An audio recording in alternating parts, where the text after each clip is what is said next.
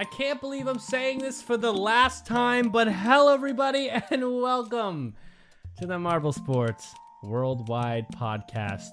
My name, for the final time, is Brendan. And my name is Commander Wolf, and it's not for the final time just yet, Brendan. Hey, well, you ruined my bit, because then I was going to come in after you said hi and be like, okay, but we lied, though, because we're going to have an anniversary show. So screw you, Woff. That's how we're starting the show. Screw Woff. Screw the end of the show. I am now mad. No, it's totally fine. I love Woff. But yes, so just to segue into that, because that's how we do things here. This is for all intents and purposes the last show. This is going to wrap up ML 2023. We're going to have a wonderful guest on. We're going to talk about a bunch of things, even do a little trivia special. And then this is it. And then we're going to have a special kind of bonus whatever episode on our 5th year anniversary, which would be in March. Just to kind of wrap it up in a way that's not talking about marble-related things, but just like reminiscing and whatever. So that's, I guess, technically the last show. Thanks, Woff. Okay. Yeah, but yeah, that's our kind of announcement for that. I'll make a separate one again that will kind of upload as like its own like individual video thing. But basically, yeah, I would say if you have anything you want to say, you know, like an email, or like a voice message. Or if you want to send in, definitely do that. If you want to have like favorite moments that you want to clip or like send us timestamps for, like to kind of help us reminisce or like show your favorite moments, send that to us too. Like we have our Discord servers, of course, it's down in the description of every episode. You can also email us at mswpodcast@gmail.com. If you want, but yeah, that's mswpodcast@gmail.com. Yeah. Yeah. All right. So that's how you, if you want to like send stuff in for like that big old finale episode, which will be, I imagine we'll probably record before the 5th anniversary and then have it upload on the day of the 5th anniversary. I think that makes the most sense. Yeah. But that's kind of the timing. So we got roughly about like 2.5 months, I think, is roughly the timeline here. So. Yeah, I listen. Oh, big. I'm gonna restate the same announcement, but in a more urgent way. Any media in regarding to this show at all that you send us will be in some way involved in the final podcast. If it's in text, it will be along with the post. If it's a picture, it will be shown on the screen. If it's a video, it will be played. If it's a voice message, it will be played and edited in.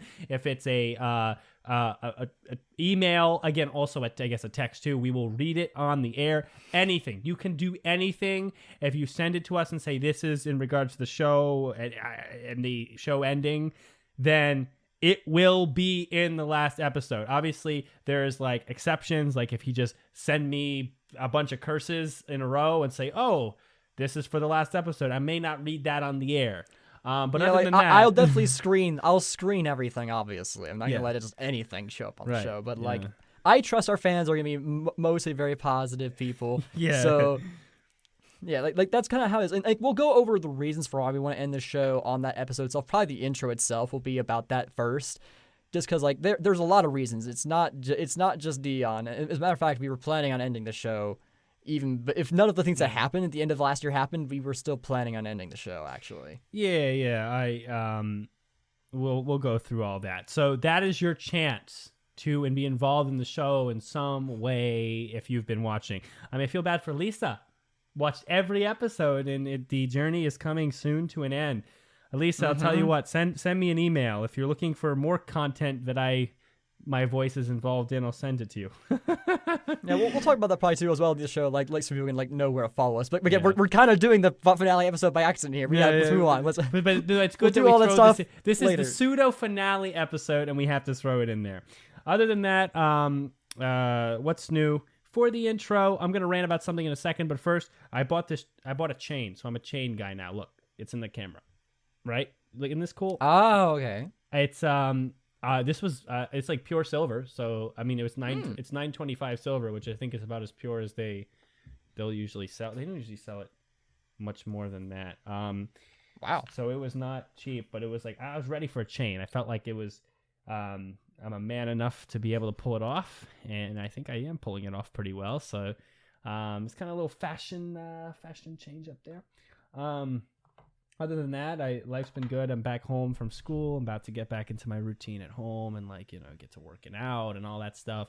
I'm really I really am going real deep into playing disc golf now. I kind of played it here and there back in the day, or like within the last couple of years, actually, better said. And then this fall, I decided I had a little extra time and I wanted to pick up a sport that I actually was really interested in and to really like want to get good at and feel like I could get good at for a long time.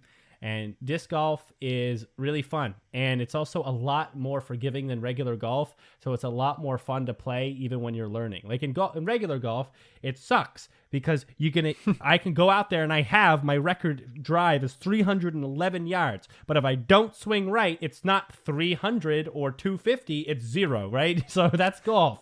So that's why it sucks, because it's either 300 or it's nothing. And screw golf, because I do not like how unforgiving it is, and the mechanics. My mechanics are decent. I just can't figure out every aspect of it. But with disc golf, if my wrist flicks slightly weird or I turn slightly too early or something, instead of it going from like 300 feet to 0 feet, it's usually you lose like maybe 100 feet. You don't lose as it's more forgiving. So it's a lot better of a game in my opinion. So. That's me. I'm grinding that now. If you play disc golf, message with me. I love to talk about it. It's cool. But I'm gonna rant about something. But let Waff give you an update. Well, that's cool. That's cool. Oh, well, I guess an update for me. Well, one, you can probably tell from the angle and the quality of the image. I got a new camera for Christmas. My God, Waff, so did I. Oh, really? Yeah, mine's 4K right now. Mine has a 4K option, but like I wanted to have 60 FPS going, so it's in the 1080p. Because I mean, it's in a smaller box. It doesn't need to be 4K. That's kind of excessive for a podcast. But like it looks great. It's just in time for the second to last episode of the podcast. But I mean, hey, I'll get to use it for other things in my life. I do other content on other stuff, so. It'll be a great useful tool to up the quality of my content. I really should have gotten this a long time ago now, but like it is what it is. And I guess in other news, the big video essay about Demon Slayer I made, it got taken down by Sony again. I guess because my content notification was against Aniplex and not Sony. And I guess at the beginning of the year or something, YouTube's bots reapply. I don't know why it did it now, but like I got hit with all the claims that I got hit with like last year or like 3 months ago. So I'm fighting for my video again. It was scary for a bit there because the person who reviewed my counter notification didn't know how transformative work things did things. So they denied it. But I went to the YouTube's Twitter, and they got back to me within like 15 minutes, and they had it resolved within 2 hours. So if you have problems, YouTube's Twitter is actually really good. They're really great people. Go to them. I was surprised. But yeah, it's resolved now. I just gotta wait like 2 weeks for Sony to make an action, and then that video will be back up again. So that's been my recent life. Cool. Thanks for updating us. So that's our updates. There's one other thing I want to mention. Some guy on Reddit said, and I gave a pretty good typed response for a guy who used to be ex-camo. So I appreciate the positive feedback from Stint and friends. But this guy, you can see it on the Reddit if you want to see what he said and what I said in the writing. You can pause and read or whatever. I don't care. I have the Chrome open. But he's talking about how he doesn't care about all. I'll just read what he said. He says, TBH, I don't even care about all that backstage drama. This is in response to like the Dion podcast episode. All I care about is some marble racing, and to me it looks like this is talking about what happens behind the scenes and is ruining this for me. Like the subreddit, majority of posts are about background noise. I'm really tired of it.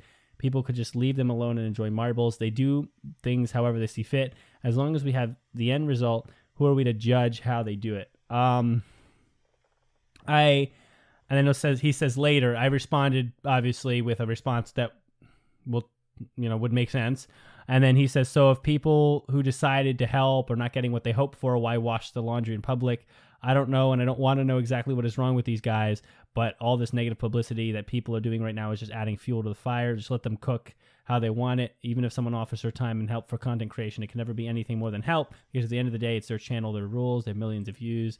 How many of these viewers are leaving because of eternal drama? 0.5 at best, 0.5% at best. If you want to change things, then become their family member or something, etc. So it's like basically from his perspective, he doesn't see any point in talking about this because this is what he's saying. This is what was, even if he doesn't realize he's saying, this is what he's saying. Hey, from my end, I'm still receiving Marble videos in my YouTube feed that are satisfactory in quality to me. And so therefore, things are fine from my end, so we shouldn't talk about problems. That's what's being said. Do you realize how single perspective that is, right? Because basically saying, okay, I'm not having any problems, so no one should have any problems.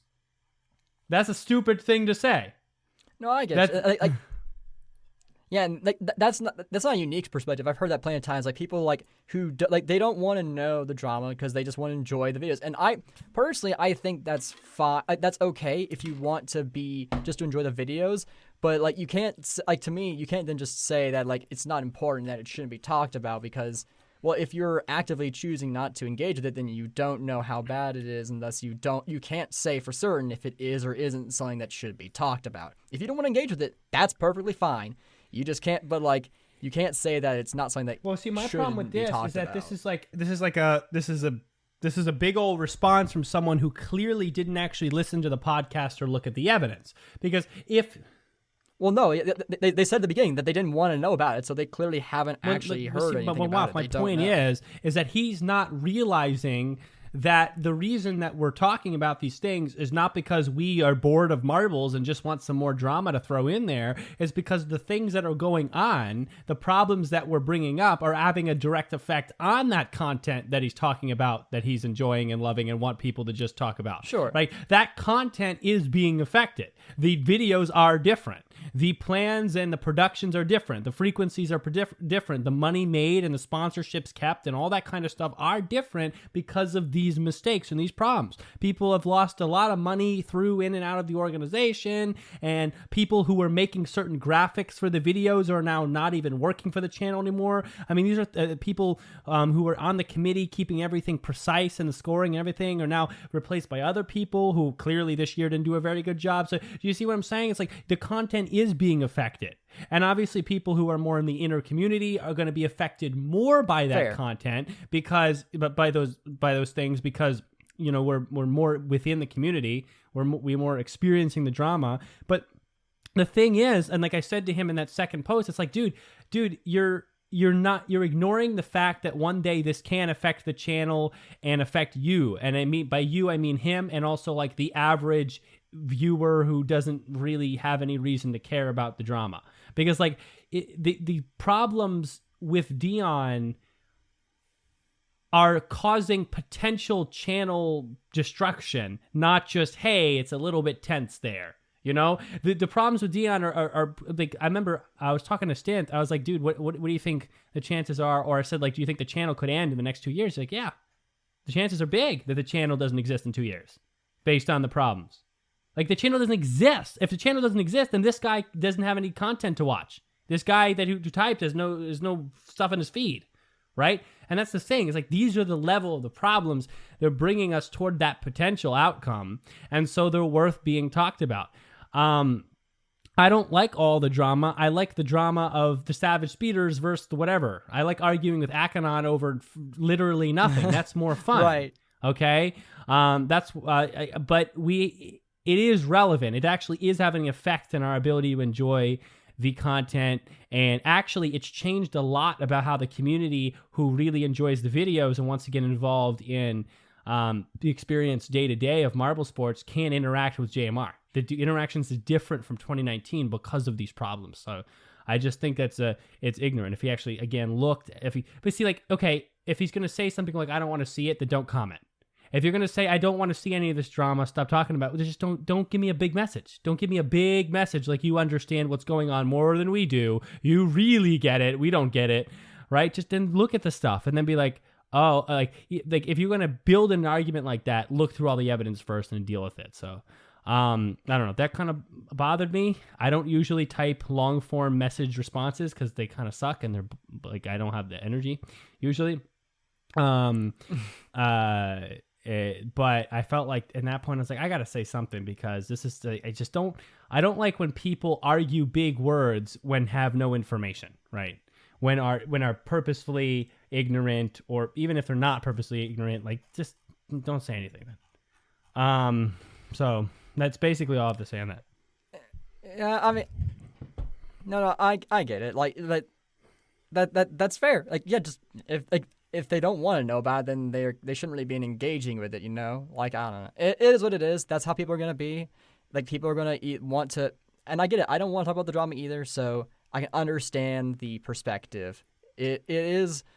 But like that's what's gonna have to deal with. There are gonna be people who are gonna support it and listen to it. People who are going to be against it and are just ignorant. That's kind of how the internet always is. So I guess makes sense. That's how it all is gonna go. So, all right. Well, other than that, that's probably enough intro. It's been already too long. So let's go to the news. And when we come back, we have a special guest and a lot of things to do.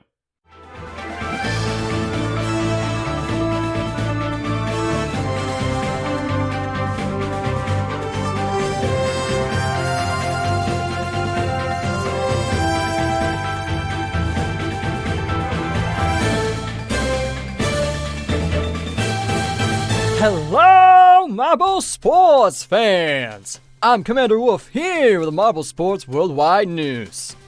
First up, we have Marble League Showdown 2023. The last 3 events have aired, and they are Legion March Wave, Sand Rally, and the Honey Dome GP. After all the events were said and done, the Indigo Stars came in first, followed by the Chocolatiers in second, and the Green Ducks in third. And for the ones who were relegated to Showdown next year, they are the Oceanics, the Purple Rockets, the Blackjacks, and the Minty Maniacs. It's unfortunate for these teams, but perhaps they'll do better next year. And for those who did make it, best of luck in the qualifiers. Moving away from JMR, we have the finale of the Marble Sports Games Season 5 with Event 16, Marathon. This course consisted of a funnel, wood, and gravitrax. After multiple runs, Red-Orange from the Rainbows came in first, followed by Green-Green from the Greenies in second, and Azure from the Blue Moons in third. And now for the overall standings, the Blue Moons took home the gold. With a decent gap between them, the Rainbows took home the silver. And the team that won the tiebreaker for the bronze were the Frozen Felines. Congratulations to all these teams for their incredible performances, and best of luck to all of them in the next season. Then we have Event 5 of the Majora Cup Season 1 with block pushing. This event ended with the Supernovas in first, Team Chroma in second, and the Lizard Leapers in third. And now we have the Coal Score Marble Championship Season 5 Event 7 Sprint, which ended with Caramel in first, Pixie in second, and Mess in third. Going over to Algadoo for a bit, we have the Valvic Marble League Season 3 Event 13 Jousting Duel. After some intense collisions, the Carbons came in first, followed by the Atomics in second, and the Sailors in third. And finally, we have the Team Quadrilla Marble League Season 4 Event 9, which is also a sprint. This event ended with Coral from the Deep Divers in first, Mozzarella from the Golden Cheeses in second, and Valley from the Valley Dashers in third. Well, that's all for the news. Thank you for listening. I'm Commander Wolf. You are the best fans in the world. Let's kick it on back with a podcast.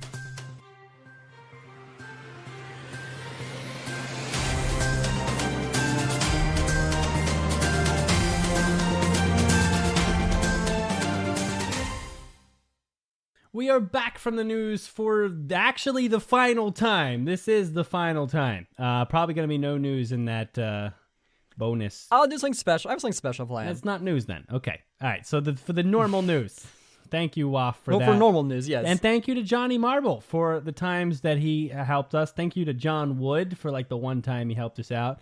And I think there's one or two other guys who gave it a go. The news has been, and it's just an interesting segment. I feel like everybody else in the world enjoys it more than me, since I never get to experience it. Like I've seen a lot of fan comments saying that they're really thankful to see their channels mentioned, and I'm really glad that I got to involve some of the smaller channels in that way. It's really cool. Yeah, no, it's pretty great. So. But anyway, let's introduce our guests for today. We have a lot to cover. So this is a guest who's been part of the Discord for a while, but he's never been on. But he certainly has a lot to say. So here we are, last episode. And we have Akanon on as our guest. Welcome to the show, buddy. Yo. It's great to have you, man. Been expecting it for a while. Yeah. All right. Like I feel like there've been talks about having you on the show like at least since I think episode 120, Yeah. the 120s or something like that. What? Really? I How think long ago was 120? No idea. that was it almost a year and a half or 2 years ago? I feel like Brendan has wanted you on the show for a long time. I have no idea. That feels like a long time ago. But that being said, he's here. This is a lesson. This is a life lesson for everybody who watches the show that you can always disagree with someone and at the same time still respect them enough to like talk to them. That's the lesson, and be friends with them. I mean, I guess we're just Discord friends, but still. You know, I'm having him on the show, but obviously we love to argue and disagree with each other because I think all of his opinions are mostly wrong. But that doesn't mean he's not a good person. Well, and it doesn't mean that I don't respect him and see him as a marble friend. So that's a life lesson for you guys. Friendship and agreement are not necessitatively correlative. Necessitatively correlative. That's what I wanted to say. Yes, that. You know what that Not mutually means. exclusive. Or that, whatever. So, we're here with Akanon. We're going to go through all the fan emails that we've missed in the last whatever time. So let's first ask Akanon the question that required for all. Oh, new yes, guests. of course. Yeah, so let's try to sync this up, Woff. Ready? No, do not I snap. No sync snapping. We have to just go raw. We have to go raw. Okay. Ready? All right. Okay. How did you get into Marble Sports? I figured we would Those count were down. not synced. Right, those are pretty synced. Anyway, Akanon, answer the question. I think I just found it on YouTube one day. Like, Bora gets her, but I think I just, found it on YouTube one day. The earliest I remember watching was when I was going for, a haircut in, 2016 or something, and I was just watching, an ML16 event on my phone. That's pretty awesome. Do you remember, when it started, your favorite types of events, videos, teams, that stuff? Teams? I picked Galactic and the Cobalts in, when I watched the 2016 opening ceremony. I started watching, halfway through 2016, I think. I picked the Speeders as a tertiary team at the time. That's no longer the case. 2017, I also became a Wisps fan, and they're basically tied for my number 2 with the Cobalts. Galactic are still first. Event types. Can't really go wrong with racing events. Usually not. Yeah. Usually not. Well, cool. I'm glad that you got into it, and now it's 2024. So that's 8 years since we all had whatever moment. We all had that weird moment where we got into it in 2015, 2016. Because it was the same for me. It was some I stayed up all night watching Sand Rally or something like that one time, and I was like, this is just amazing. And now we're in 2024. So that's 8 years. 8 years. So wrong. And we're still here watching this. I'll probably still watch. I'm going to still watch for a while. I'm still going to do the fantasy leagues. I'm still going to show y'all how good I am at fantasy, I guess. Though I won't have a place to talk about it. That was the fun thing about it, I guess. I think the amount of time I've been watching Marbles is the number one thing that just makes me feel extremely old. You're not wrong, honestly. Oh my god, 8 years. Don't worry, you'll have plenty of things as you get older that will make you feel old as you go on. Yeah. Yeah. And then marbles will make you feel young. But anyways, let's read some emails then, and then after that we're going to talk about stuff and then get to our trivia whatever segment. So this one was not really anything too it wasn't a question or anything. It was just kind of a email I never read on the air. It's from PT Marble. Basically, he's thankful that we included him in the on the podcast. PT from the Stream Out Marble Association. I'm here to say thanks for including this league on your cool podcast. Not asking for anything, just happy to be included as something big about marble comps. So I guess you included in the news or something? I did, in fact, yes. Okay, pretty cool. So you're welcome. You're very welcome. Yeah. So nothing really to react to there. Let's see. I think there's some Richard. Okay, Richard Hinckley. He has the usual questions about how to make a good marble competition. So these are good. Actually, I wish we could have a good compilation of all the Richard Hinckley questions, because there was at least, I think, 6 or more over the course of the show's time, where he asks good questions about people who are trying to make their own marble sports and like how to go about it. So here's a good one. I'm doing an 8 marble contest with 8 marbles. I'm doing a marble contest with 8 marbles in 8 events. Any suggestions on what points system to use? Let's go to Akanon.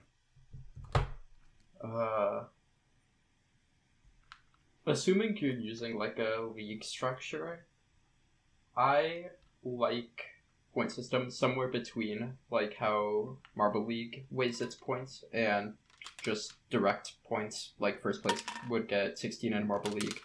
Because I think current Marble League system puts a lot of emphasis on gold and silver specifically. Yeah. So like if I were to host a comp, I would do like first place gets 20, second 17, third 15, and then use Marble League scoring from there down. So maybe something like if you're doing 8, first gets 10, second gets 8, third gets do you go 6 here? Would I have to go 7? It'd be 7, I think. That would then be 7, 6, 5. Yeah. And then last place Yeah, we get that 0. works. That works. Yeah. Like a slight bonus for first. You could go with like 12, and I think that would be like correct proportionately, but that's also a weird number to give for first. Yeah. No, I think I'm generally in the same camp.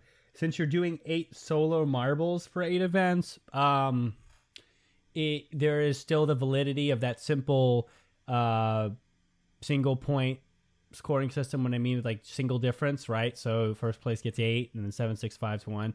Only because it's single marbles and it's 8 events, so it has kind of it works. I don't like it. I would prefer. I don't it. like it, but it does work. Yeah. I like always giving extra points to that first through third, because it's like, okay, you should get recognition and you should get some advantage to actually performing well. I like having last place get 0. But you just don't want to spread it out too much, because with Marble League you have like 16 events and 16 teams, so it makes sense to do like I think actually Marble 1 is the one that does like 25 and then 20 and then 17 for the top 3. No. Marble League does the same. Do more like No, Marble League does 15 for third. Oh, okay, so it's really spread out. So maybe do more something like 12, 10, 8, and then count down. You know what I'm saying? Like a 2-point difference, just so there's only a couple extra coming in the first place spot. Yeah. Here's what I'm thinking. So 8th place we get 0, 7th we get 1, 6th we get 2, 5th we get 3, 4th we get 4, 5th. Third we get 5, second we get 7, and then first we get 10. I like that. I think that's very lopsided. It gives there's a bit of a gap of like it's not like 1 point jumps all the way up to third place, then third place to second is like 2 points jump, and then second to first it's a 3-point jump. So it's not like a massive difference in points, but it does still like reward higher placement. That's twice as many points for first as third, though. No. That's true. That's what they did in ML16, and they changed the scoring system hereafter. I see what you're saying. So I don't know then. I mean, I think there's some validity to that, maybe. Something else I think you could do is dependent on what the actual events are. Like if it's the same type of event, like a Sand Rally or a Marbula 1, you could do something like playoffs. That's something I've wanted to see in custom comps more, and I haven't really. I think you can just use kind of smart scaling. So like if you have a point system like Waf just said, like from 8th to 1st, and it uses points 1 through 5 and then 7 and 10. And so you basically what you have is a 3-point difference from first to second, 2-point difference from second to third, and then 1-point differences. That system using the numbers 1 through 10 is a lot different than if you had the same differences, but you use the numbers, say, like 10 to 20 or 20 to 30, right? Because a 3-point difference when, say, I don't know if you should go 30, but a 3-point difference when first gets 30 and third gets 25, and second gets 27. That is a lot different than if first gets 10 and second gets 7 and then third gets 5, right? Because it is like half. Now third gets half what first place gets as opposed to third getting 25 and first getting 30. Well, now it's not nearly half. So you can kind of play with that. You know what I mean, Waf? Because it's different. It works out differently because it's not like you've now doubled your points compared to the other guy just by getting first instead of third. It's like, okay, you have a few extra, right? I think the main downside to that is just like it looks a little silly to have last place still getting like, let's say, 20 points. Yeah, it kind of is weird. But then it could just be a new system. I don't know. You'd have to kind of play around with that. Keep the scaling relatively logical. But yeah, I think overall that's what we have. You're muted there, Wuff. Oh yeah, that's right. I forgot. Oh my knob was down. I was just saying that maybe instead it would be like a 1 point jumps and like up to second place. So second place we get 6, and then first we get 8. Just to give like a small bit of an increase for first place, but like an extra point. But it's not like you could do that like too, just like a double third place. Because that's like that's basically linear scoring. Yeah, but the extra point for but it first does reward make a first place a little bit. Right. Maybe you could give first 15 and go down from there and have last not get 0, but if a team gets like disqualified or a DNF, they'd get 0. Maybe. But maybe you just want to jump down, so maybe 15, 12, and then jump down by 2s, and I don't know. Honestly, you have so many options there. You need to decide where do you want the weight, because in this other scoring system, if you want first place to be the goal of the competition, like if your competition is built around I want marbles to get first places in order to feel like they're winning, then yeah, the scoring system where you have 10 for first and 5 for third is great, because your goal, your desire is that first place is highlighted, first place is set apart. If you want the podium to be set apart, you have to create a situation where there is a benefit for the podium compared to the other, the benefit for all the podium spots compared to the other ones. I think that's the best way of putting it. Just dependent on what you want to reward, weigh your scoring system accordingly. Yeah. All right. Pretty straight up. Our next email is like from Ghazi, and they got some track ideas for future Marbula 1. Yeah, I'm pulling this one up on the screen so people can see the drawings. They're pretty good. Yeah. So let's see what they got. Dear MSW, as Marbula 1 Season 5 draws nearer, I've got an idea which will help 2 JMR teams. Okay. The Mini Maniacs and the Hazers should join forces. Ooh, I don't like that. And the best way to do that is to make a circuit incorporating both teams. That is something. Introducing Minty Mountain. I feel like that was thrown. I feel like I've heard that before. And I'm going to keep reading. This combines Mini Mania and Misty Mountain. And the other good thing is that they both rhyme. Minty Mountain and Misty Mountain. Yeah, I guess they do rhyme. I also designed a circuit for this amazingness. So let's see what the circuit looks like. The circuit. Okay, let's see. Everyone, look at the. If you're still listening to this podcast audio only, I just don't get it. What? It's just, because most people want to. It's a long podcast, and you want to listen to while you're driving, right? Because I always remind people to go to the Chrome, but it's like I don't know. You're missing out on this wonderful Microsoft Paint drawing. So you're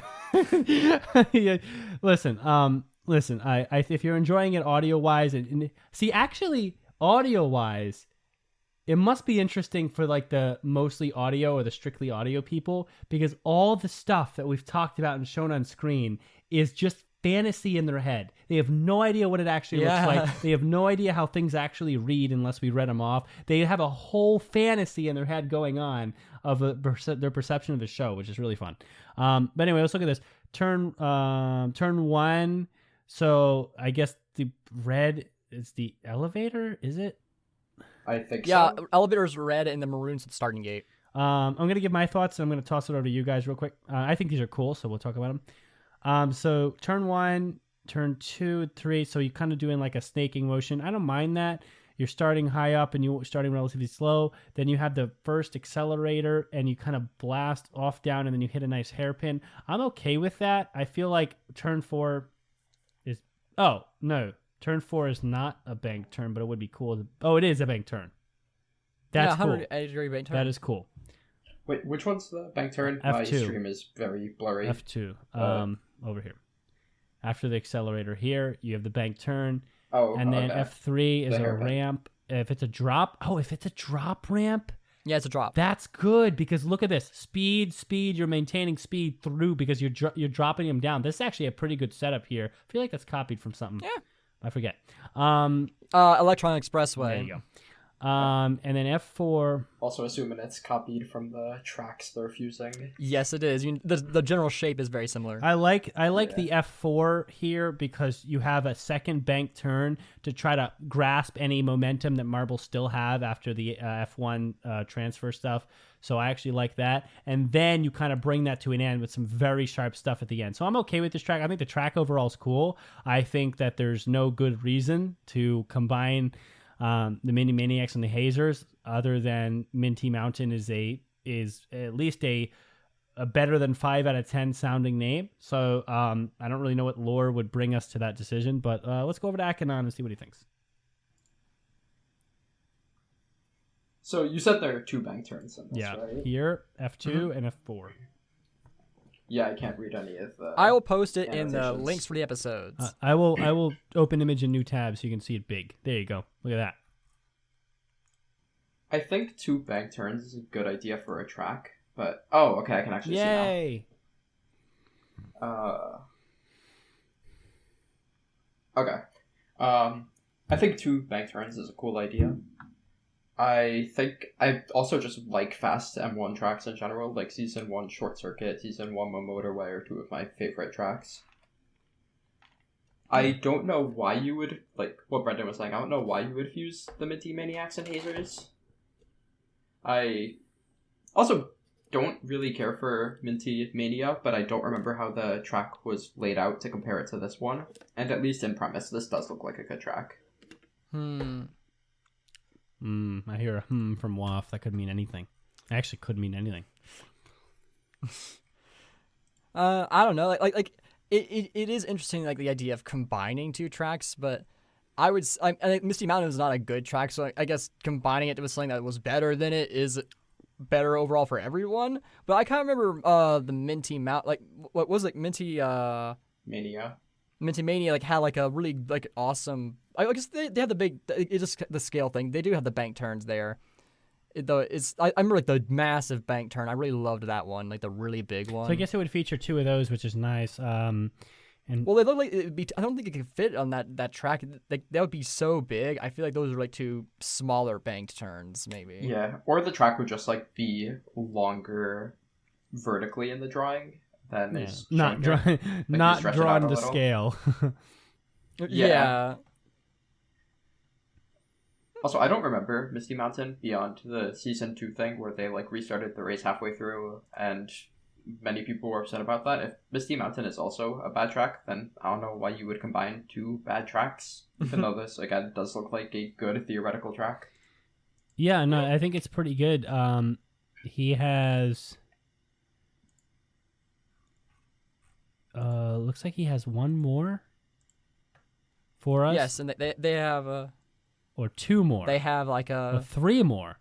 Okay. 3 more. No, yes. but I actually really freaking like these, so let's actually cover these. Oh, wow. These are really cool. So, okay, so this is his other email, and then we have 1 more email, and then we'll move on. But I can do whatever I want on my last episode. We're going through all these. Dear MSW, please also read my other email. We did! But this one is if JMR used custom tracks and they could make 10-degree corners and fire elements. Yes, because that makes sense. I mean, this is not Mario Kart, so we have to remember that. So let's see. So Circuit D Solaria GP Solar Panel Park hosts solar flares. No way. How'd you come up with that? City Solaria lap time 37.21 seconds. That is not tested. That is not to scale either. Turns approximately 19 to 21. I feel like by the drawing that should be countable. Feel like that's not a range. What's the range for? I mean, there are curves, so I guess it's like whether you So count, like how much you count each curve. No, I mean as he turns. drew something and then he's like, I don't really know what's going on here. Yeah, there's a very sharp turn, like out of the fire lane. It comes down, like a big, like I don't, it was like 270-ish, and then it goes like this like loopy thing, and then it's like a sharp like almost 360 degrees. Yeah, so I don't know how you would make this work, right? Okay, wait. What? No, go ahead. Is the track, like, is the filming setup for this just massive? Or are the tracks, like, thinner?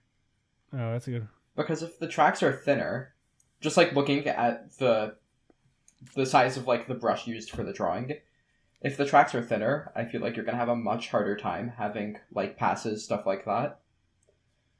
And JMR setup is already massive. I don't know how you would make it bigger. Yeah, you'd have to be close to twice as big as far as space to cover some of this stuff because, this would take up a lot of space.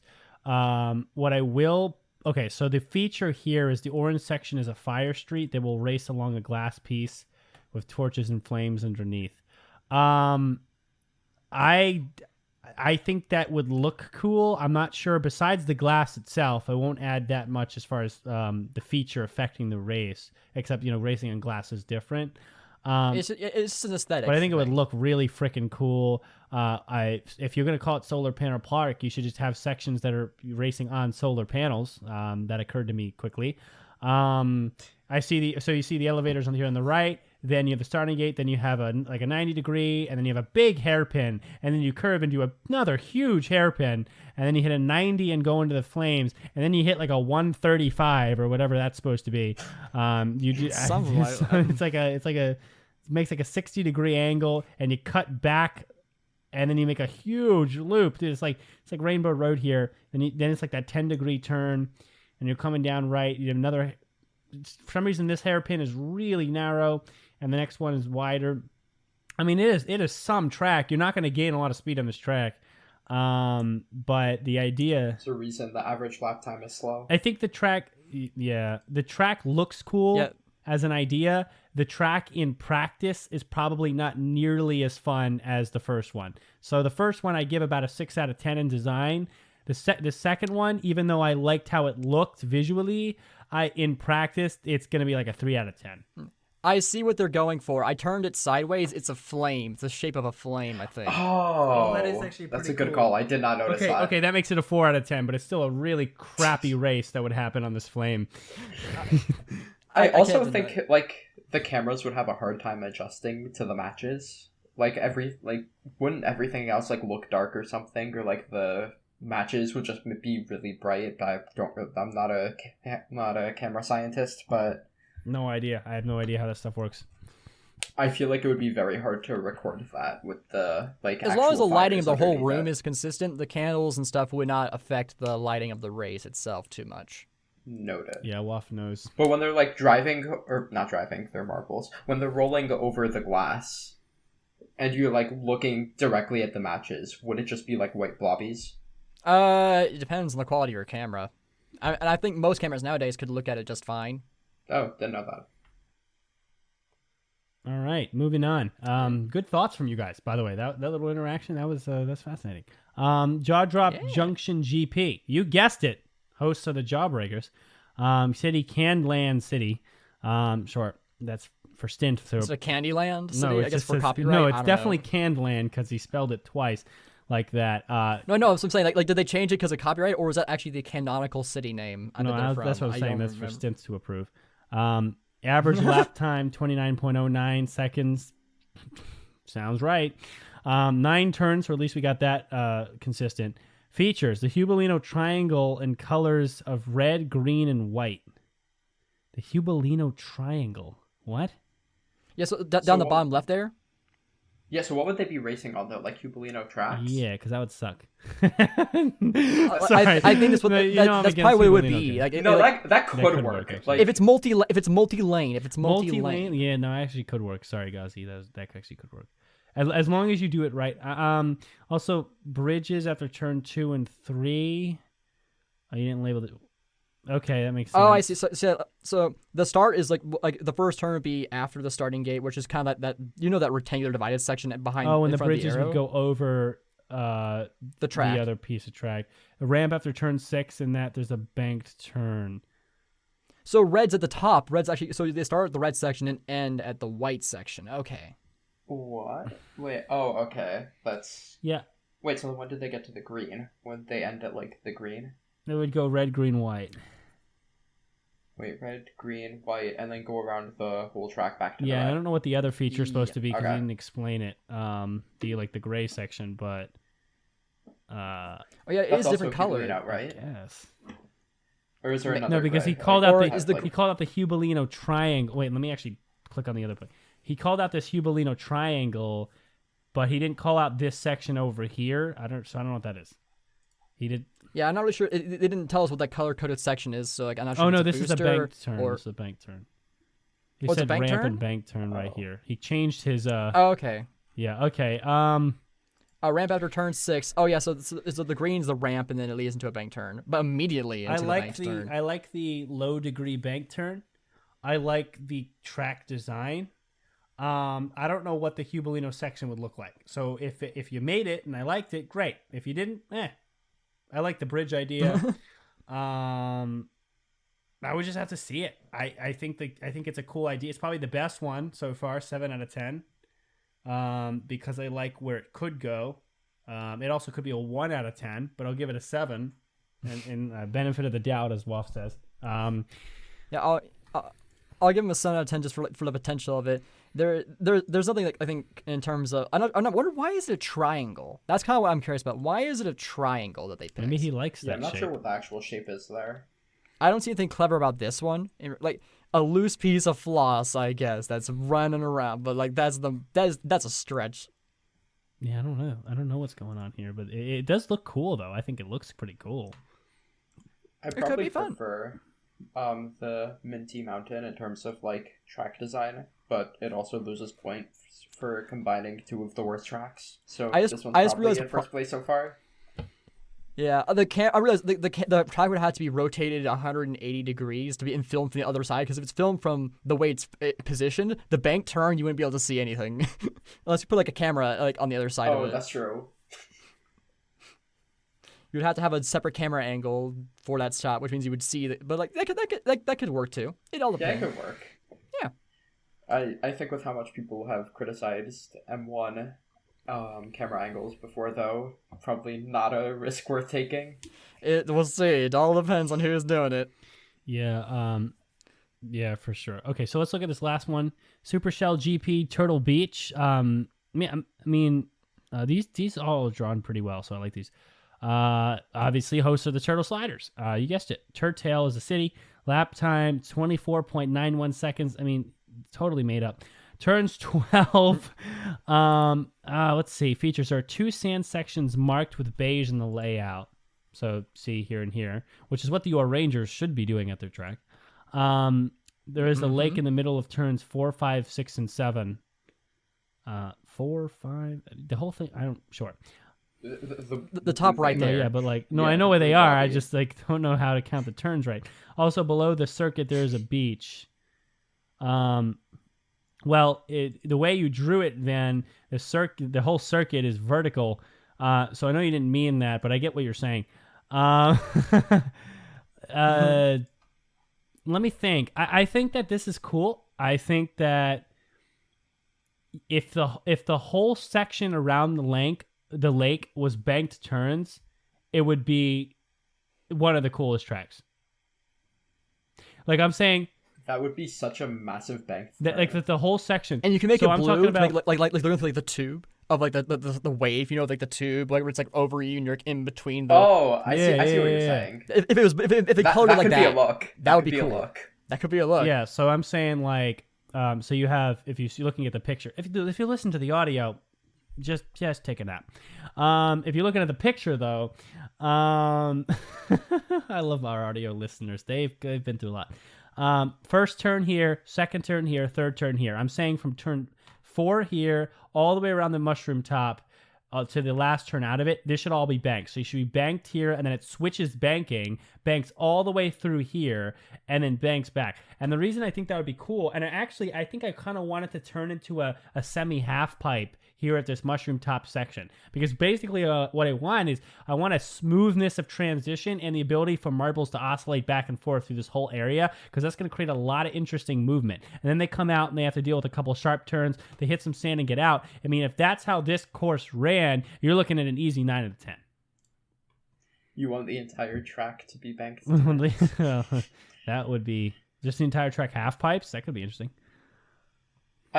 I feel like it wouldn't be entertaining, though. Like, I feel like you need the combination for it to actually... Yeah, I agree. But I mean, the mushroom top area, all banked, and like half pipes. It could definitely half pipes to banks. Like, that would be very, very cool. That would make it a very exciting race, because so much could happen in that section, and then there's all that break from that section where you have the straight runs and stuff. Mm-hmm. And like that section that comes like in the top right comes like a shell almost. So like there is some aesthetic in the track design there. Like I kind of love the idea of this one actually a lot. I think that's an 8 out of 10 for me. Especially if you have like, that cool like. So far. Hmm. It's probably the best one so far. Yeah. It's the most cohesive and the most like well themed, and there's a lot of like again the idea of like having a translucent kind of wave going over, or even just having the bank turn of that section being blue colored and like styled like a wave would add some nice aesthetic to it. No, yeah, the whole thing. This could be super cool. I will tell you something as we're done with Ghazi's emails now. Thanks for writing in. I'll tell you this. There's another channel about to come out. I don't know when. It's supposed to be early this year. Because I'm gonna comment for them. That's doing like Marbula 1 type stuff, and he sent me a couple short videos of the work, and it looks super detailed and amazing, and he has backgrounds and everything. It looks like just as good as Marbula 1. And if that goes well, I actually really like some of these track ideas. I'll take these pictures and send them to him. If it never comes out, then whatever. Yeah, so maybe you get to see, because I want to see this built. I want someone to build something that looks like this right here. So that'd be cool. So thanks, Ghazi. Let's look at the last Yes, thank you very much. email. Who do you think is in the top 5 on the new rankings? Okay.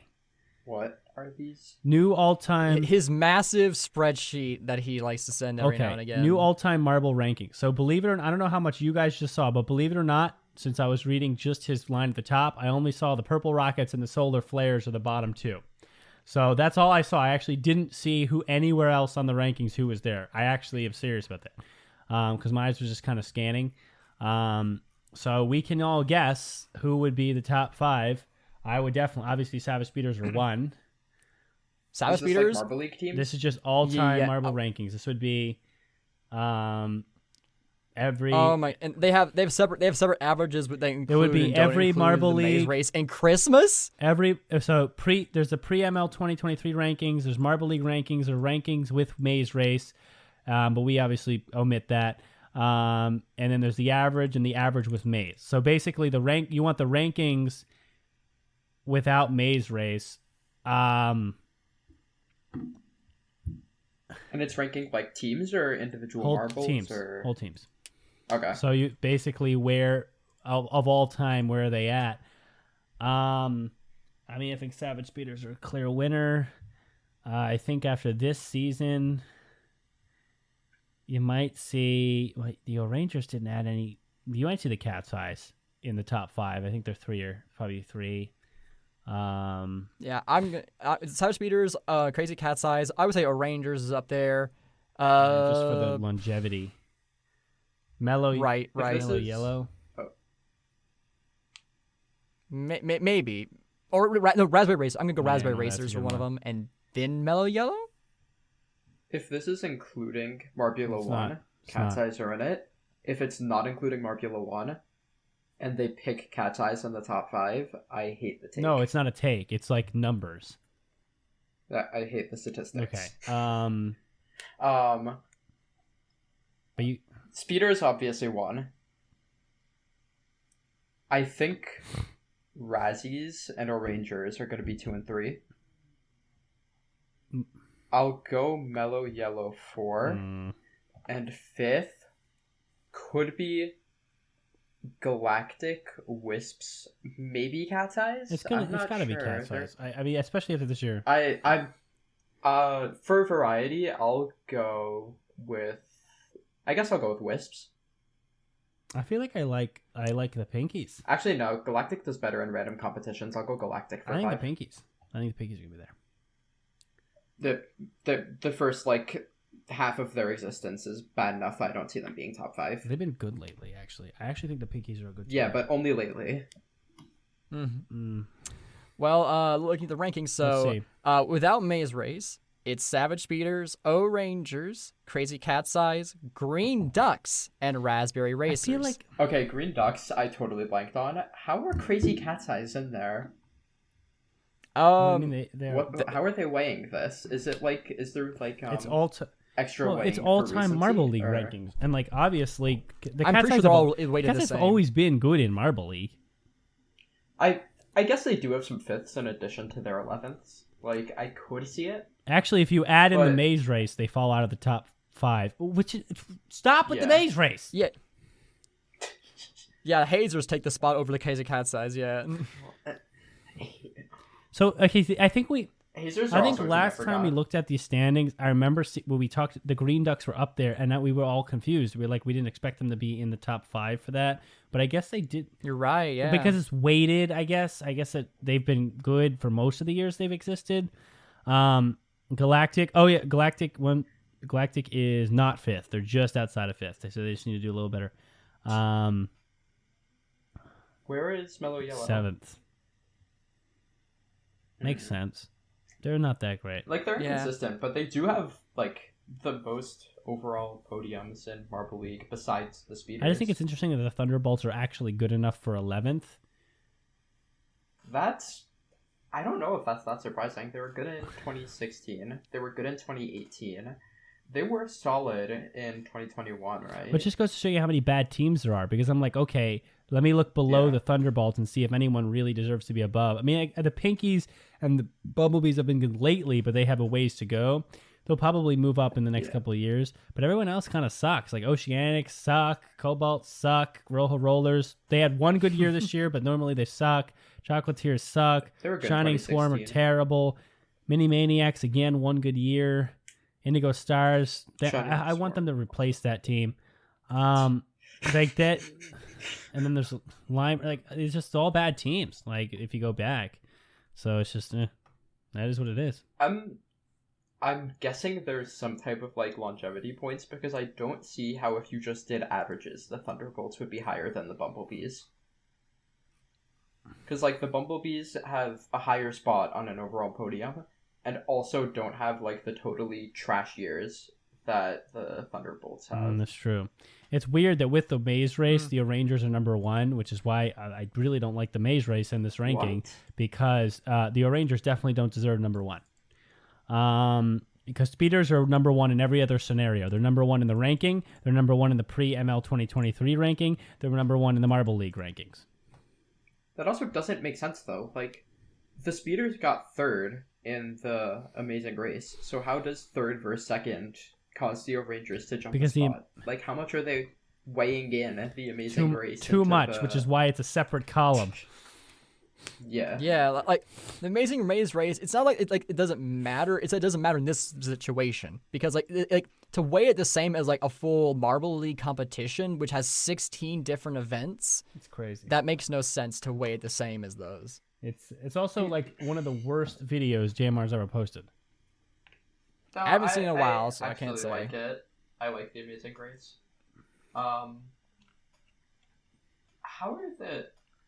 I'm trying to think of how the Green Ducks are so high. Do they like also do scoring based off like points gained in a season? Because the Green Ducks, I think, have like the 3rd highest points per event season in Marble League history. That's going to contribute to that. Like I think they're only behind like the Razzies in the same year and the Rangers in 2017 in terms of points per event. Right, so that's going to give them a pretty good weight. So yeah, I mean, I guess it makes sense. I think the rankings overall, due to the statistics, are pretty fair. Like they're understandable rankings. I don't hate them. Generally, they make sense. I'd like to see the Limers move up someday, but we'll wait on that.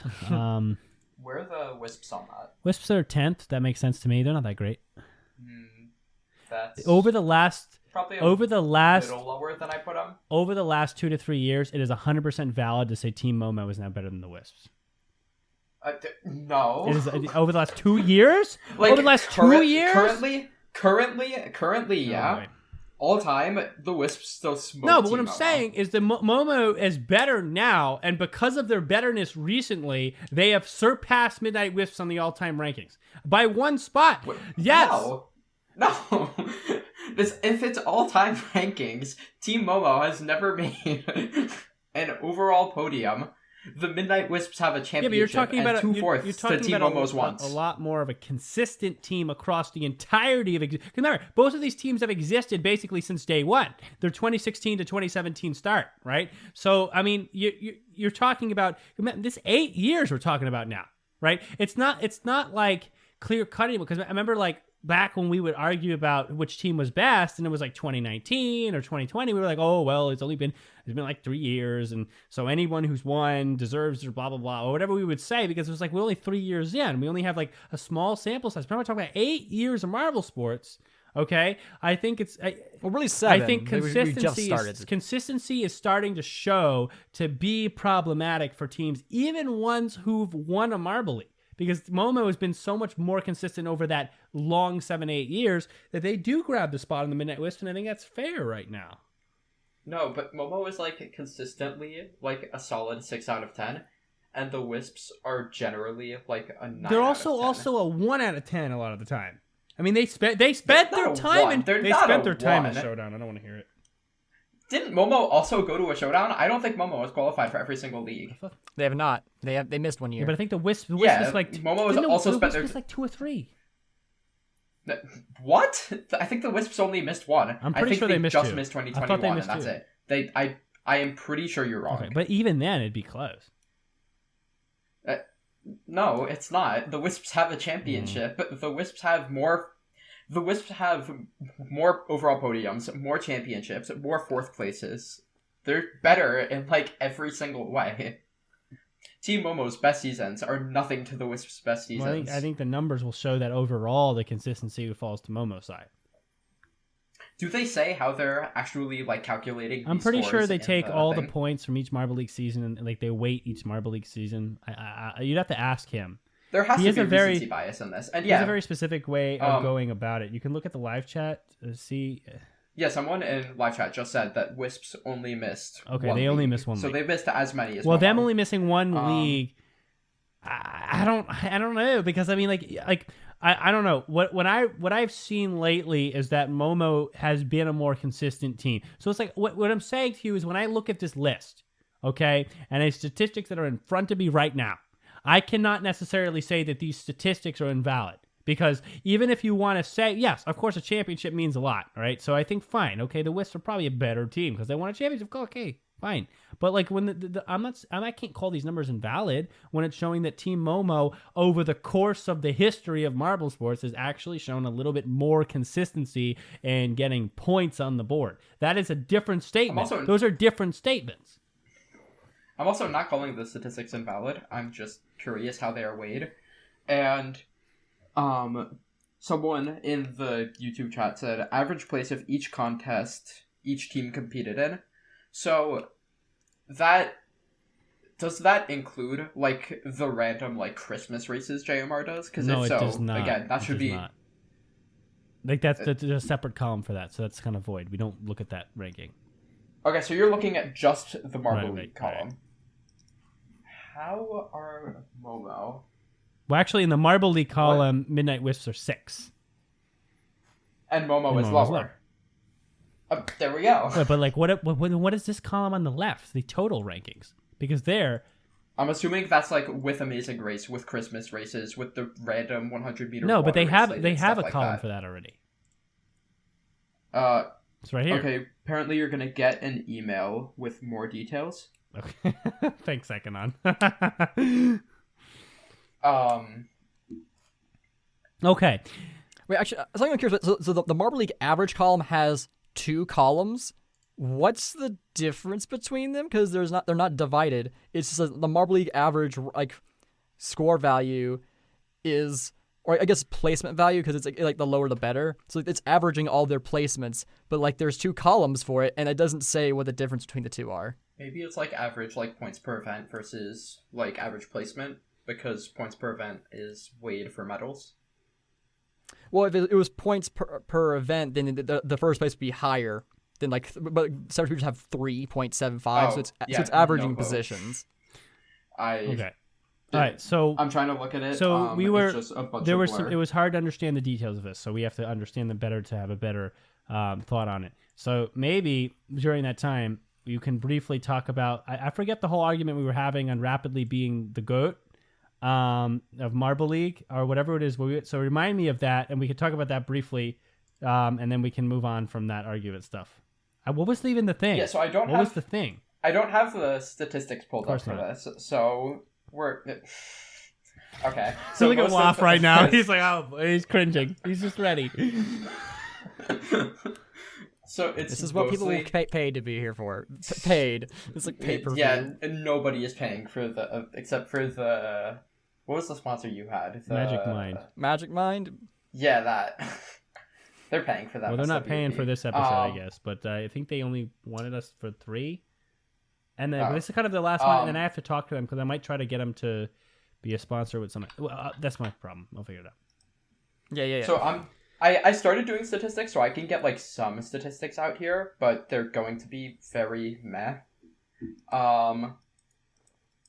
There's gonna be it's like 2-1-1. I remember most of this, so I can like. I'm trying to remember the argument that I was making. It was. I don't remember what I was saying. No, I know what I said in like a random podcast in one of the live chats, or it might have been in like the public chat after. I was talking about what it would take for Rapidly to not be the best marble in specifically Marble League.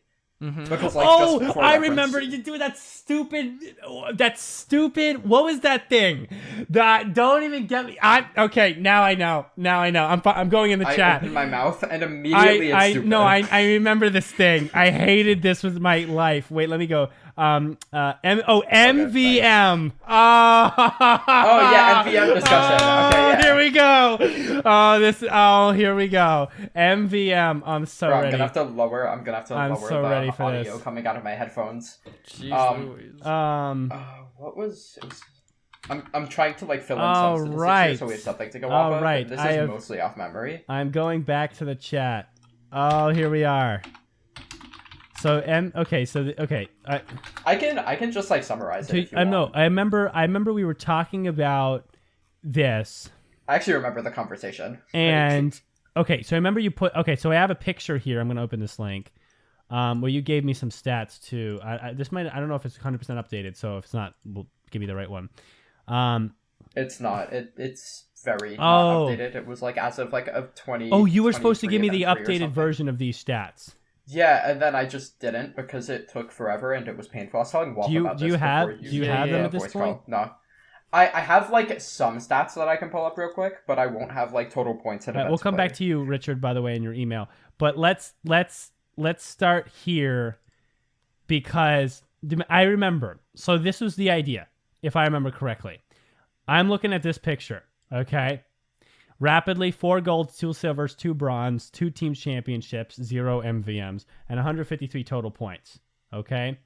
And I'm saying, okay, what was I saying? I'm saying he's the greatest of all time when it comes to Marble League. No, you were saying that you didn't know if Rapidly was the greatest of all time because we didn't have like full statistic things pulled up. Well, no. What? Oh, that's true. Oh, the argument was not... Okay, so I was arguing for Rapidly... But the argument was not about Rapidly. It was about whether MVMs should be counted in the consideration, as well as team championships should be counted in the consideration for greatest of all time individual. That was the argument. Right. Because when we got into stats, I was like, okay, the MVM, that was the argument. Do MVMs matter? I'm saying they don't mean anything. And when you're evaluating greatest of all time, and team championships, I forgot what I said about that. I think if I think about it, It also doesn't mean anything as far as evaluating the greatest singular marble of all time. And then you were making a big deal that when considering greatest of all time individually, you should consider MVM, so most valuable marble, and team championships that go along with the individuals. That's what you were saying. Yeah, I have a lazy spreadsheet here if you want to see it. It has total medals, it has MVMs, and it has championships if you're interested. That's fine. And yeah, sure, I'll share it with you. Actually, I'll just make it link. So no, but that's the see. So I remember the actual argument though. It wasn't about whether Rapidly was GOAT or not. So he might.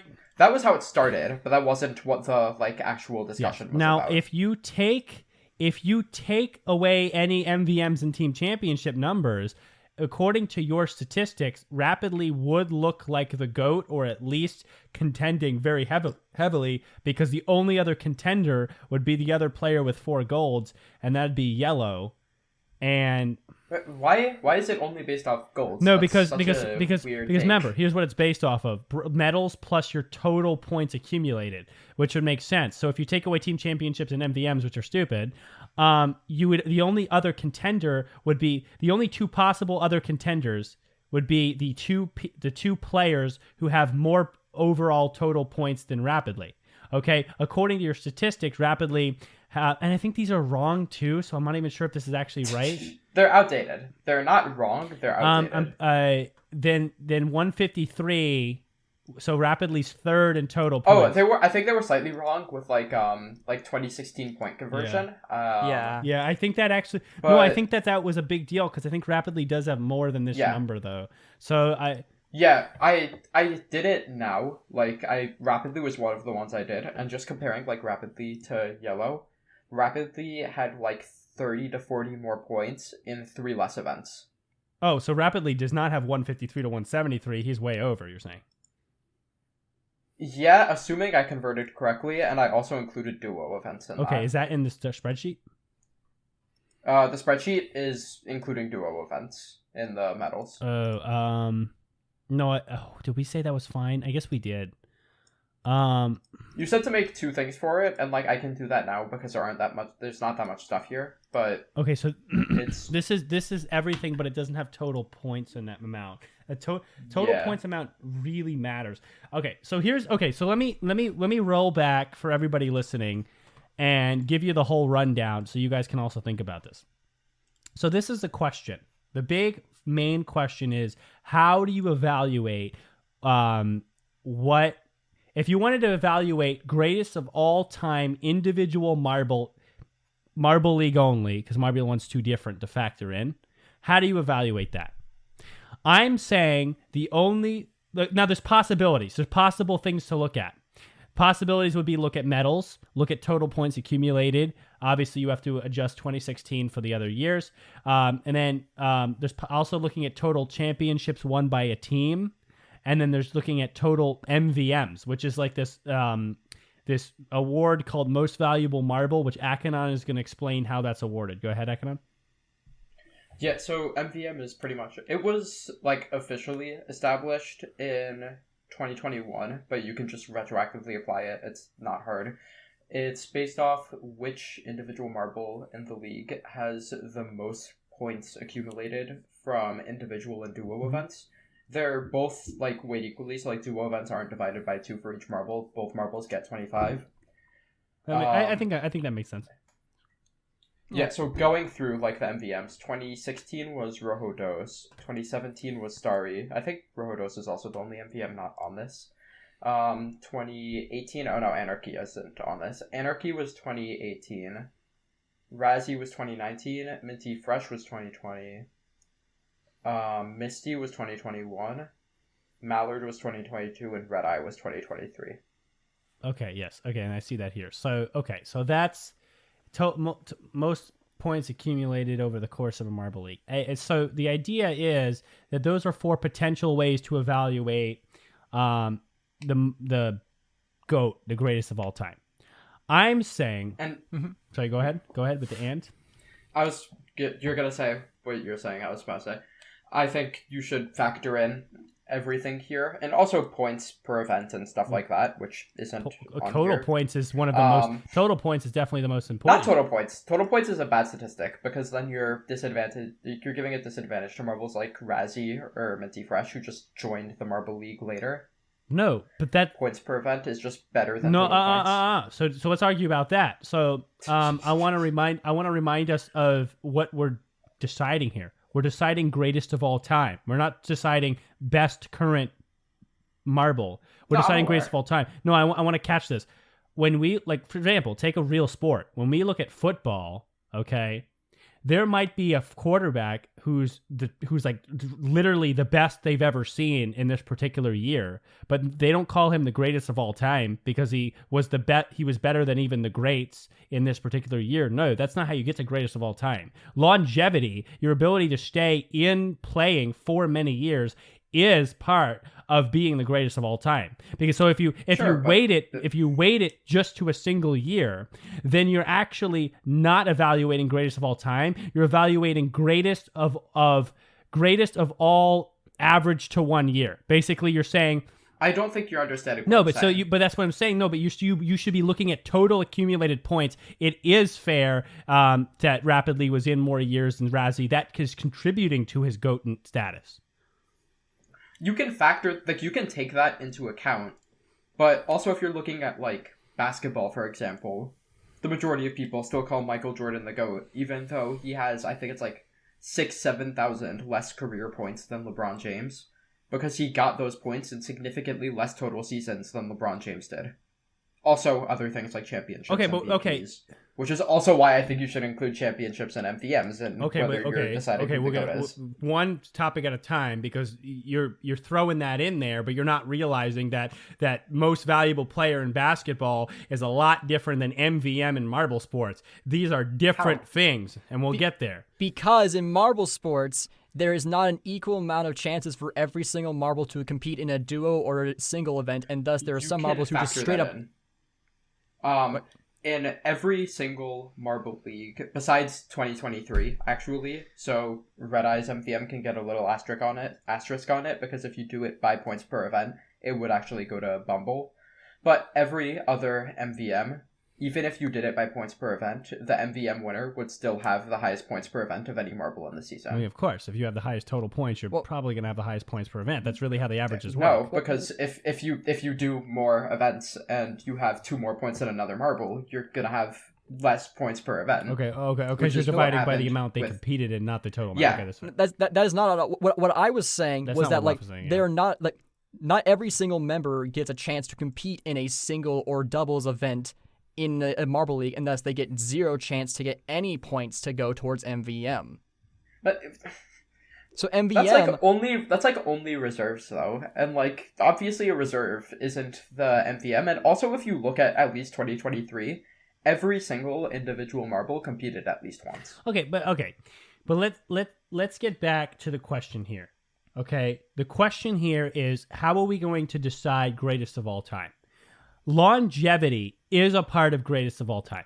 That's always true. Yeah. Okay. I understand your example with Michael Jordan versus LeBron James, but Michael Jordan didn't just play 2 seasons and they did some averaging to show that he was better. No, he also played for a long time.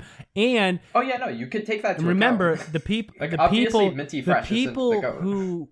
who argue for Michael Jordan or argue for LeBron James often take into account the very real fact that basketball was a different game from Michael Jordan's time to LeBron's time, which is why they'll argue Michael Jordan. Actually, one of the biggest arguments for Michael Jordan is saying, okay, well, basketball was harder then or is different then, so the fact that he did what he did then with those circumstances make him the GOAT, even though numerically he's less than LeBron James. But that doesn't apply here because there is no change in circumstances, okay? People also argue the exact opposite for LeBron. Right, exactly. But say that, like, there's more talent in the league now, so they'll argue that for LeBron. So, like, cancel them out, and that's still not. No, you can't. Really Okay. That does not how canceling out. You can't just cancel that out. Those are things to cancel.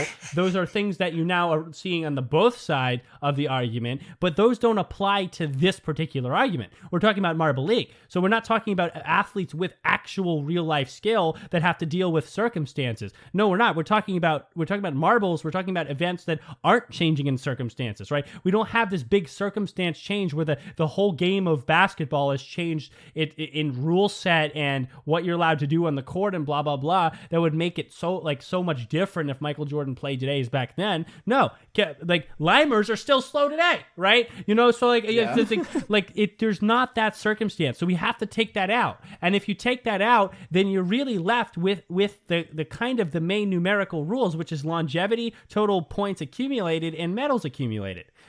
No. Like, it's not the Raspberry Racers' fault that they just did not exist as a concept of a team until 2018. No, but you're completely dismissing the fact that you were around longer makes you more able to be GOATed. Greatest of all time. No, I know, which is why you factor it in. You better be within time. You better be present for more time if you want to be the greatest of all time. You can factor it in, but it's not the only factor. No, but what I'm saying is that there should be no adjustment for new teams. No adjustment. I don't agree with that. By what reasoning though? What reasoning? Like, when I say new teams, when you're saying new teams, I'm assuming you mean like teams introduced in 2018. I agree with that when you have a marble who's been in like 2 marble leagues, like minty fresh. That's not enough time to accurately gauge how good they are. Okay. But when you have a marble like Razzie, who has been in every single marble league that the Raspberry Racers have existed for, that is enough time where you can say total points comparing them to Rapidly isn't really a fair argument, because the only reason you're going to have that point difference is, like compared to points per event, you're going to have the bigger points difference in Rapidly's favor, is because Rapidly has just been there. That's speculation, though, because you don't know how Razzie would have performed in those other 2 seasons. You have no idea. You're guessing.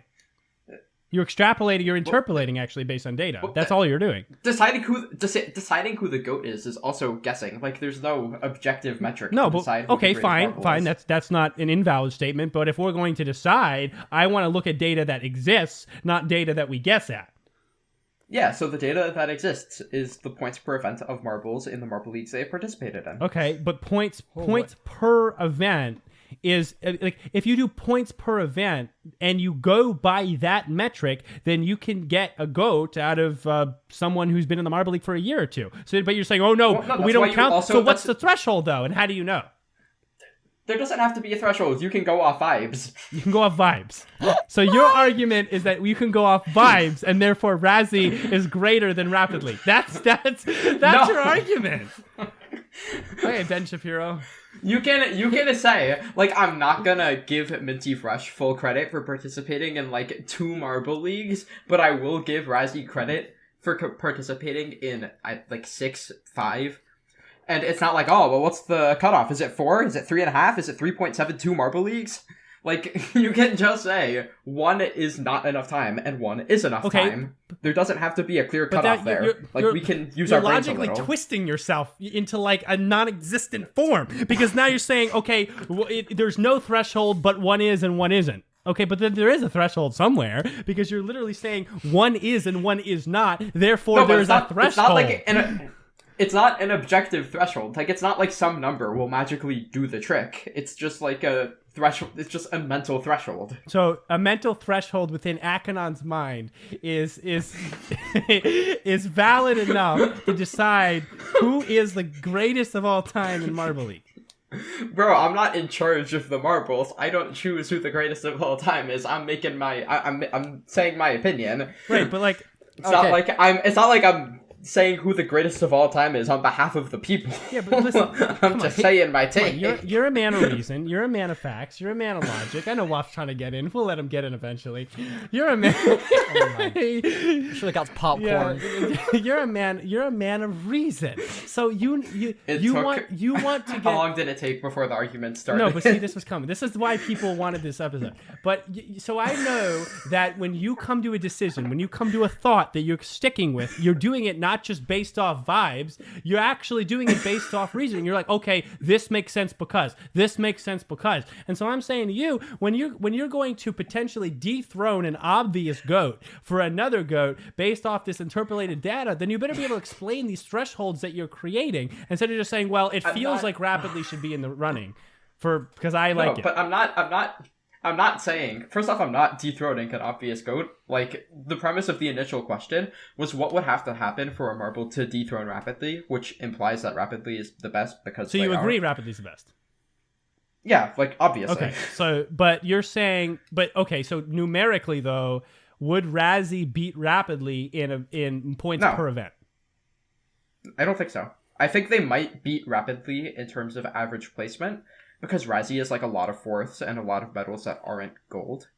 But in terms of points per event, I think Rapidly just clears everyone. Yeah, that's what I'm saying. Well, I didn't know points per event. I'm saying when you're including marbles in the discussion, I think you can kind of just say, like, Minty Fresh has not been in enough marble leagues to include in this discussion, and Razzie has. Okay. Can I jump in now? You got 1 minute and then back to the show. oh my god. Okay. Brendan's already setting a timer.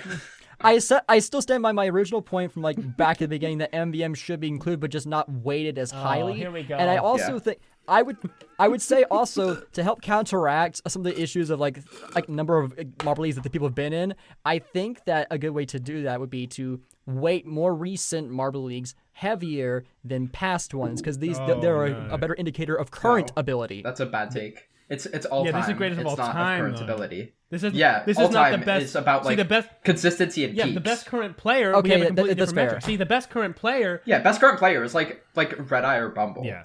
Okay, that's fair. That's actually fair. When we talk about the best current player, then we go out of our way to average and condense metrics as much as possible because we want numbers that reflect, like we want the person the marble has been competing for 3 minutes to have as much of a chance the marble has been competing for 3 decades because we're looking at the best right now, right? So that then we want to average and stuff. When we talk about greatest of all time, we want to get away from that because we want to show who, in their longevity, who has racked up the most trophy, right? And by trophy is a general term. It's probably weird hearing that in that context, but who's racked up the most pedigree in their time? When I look at we're gonna get to MVMs because that'll be another 10 minutes. But when I look, Waff also doesn't agree with me, so now you're involved, Waff. Now you're involved. Okay, when I look, Waff is getting caught in the crossfire.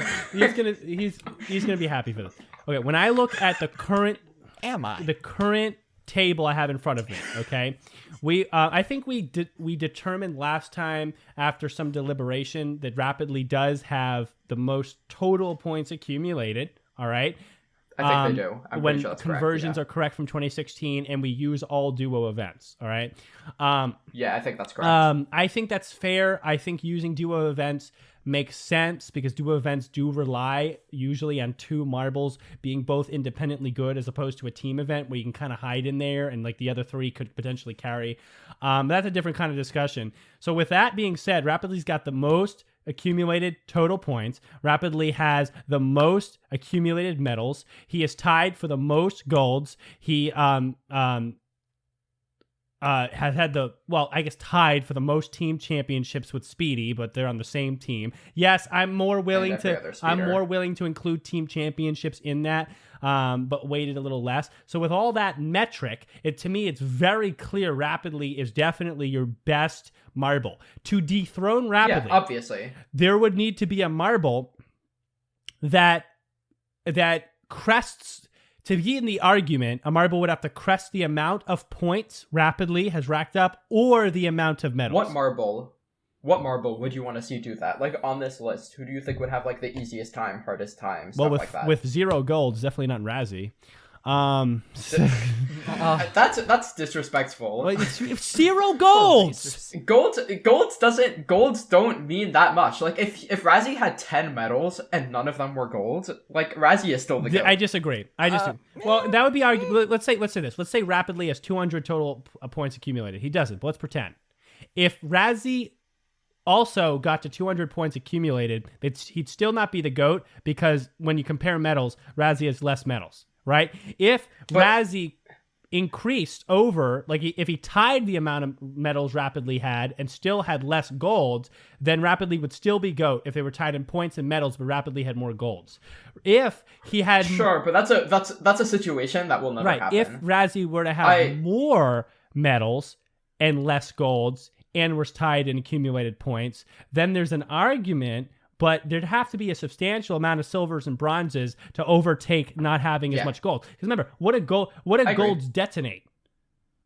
Not detonate, denote. Yeah, but also, they denote I could actual go on the victory. flip side. They denote I can go on the flip victory. side. If you're talking about golds being like, and correct me if this is like a bit of putting words in your mouth, but if the reason you're valuing gold so much is because they show that you were like the best in the event, then an MVM award would show that you were the best marble in the entire Marble League world for that Marble League. You were number one. You were the best marble for that whole year. I gotta hand it to you, Akanon. You're not. Guys probably got a high IQ. That was pretty smart. I disagree.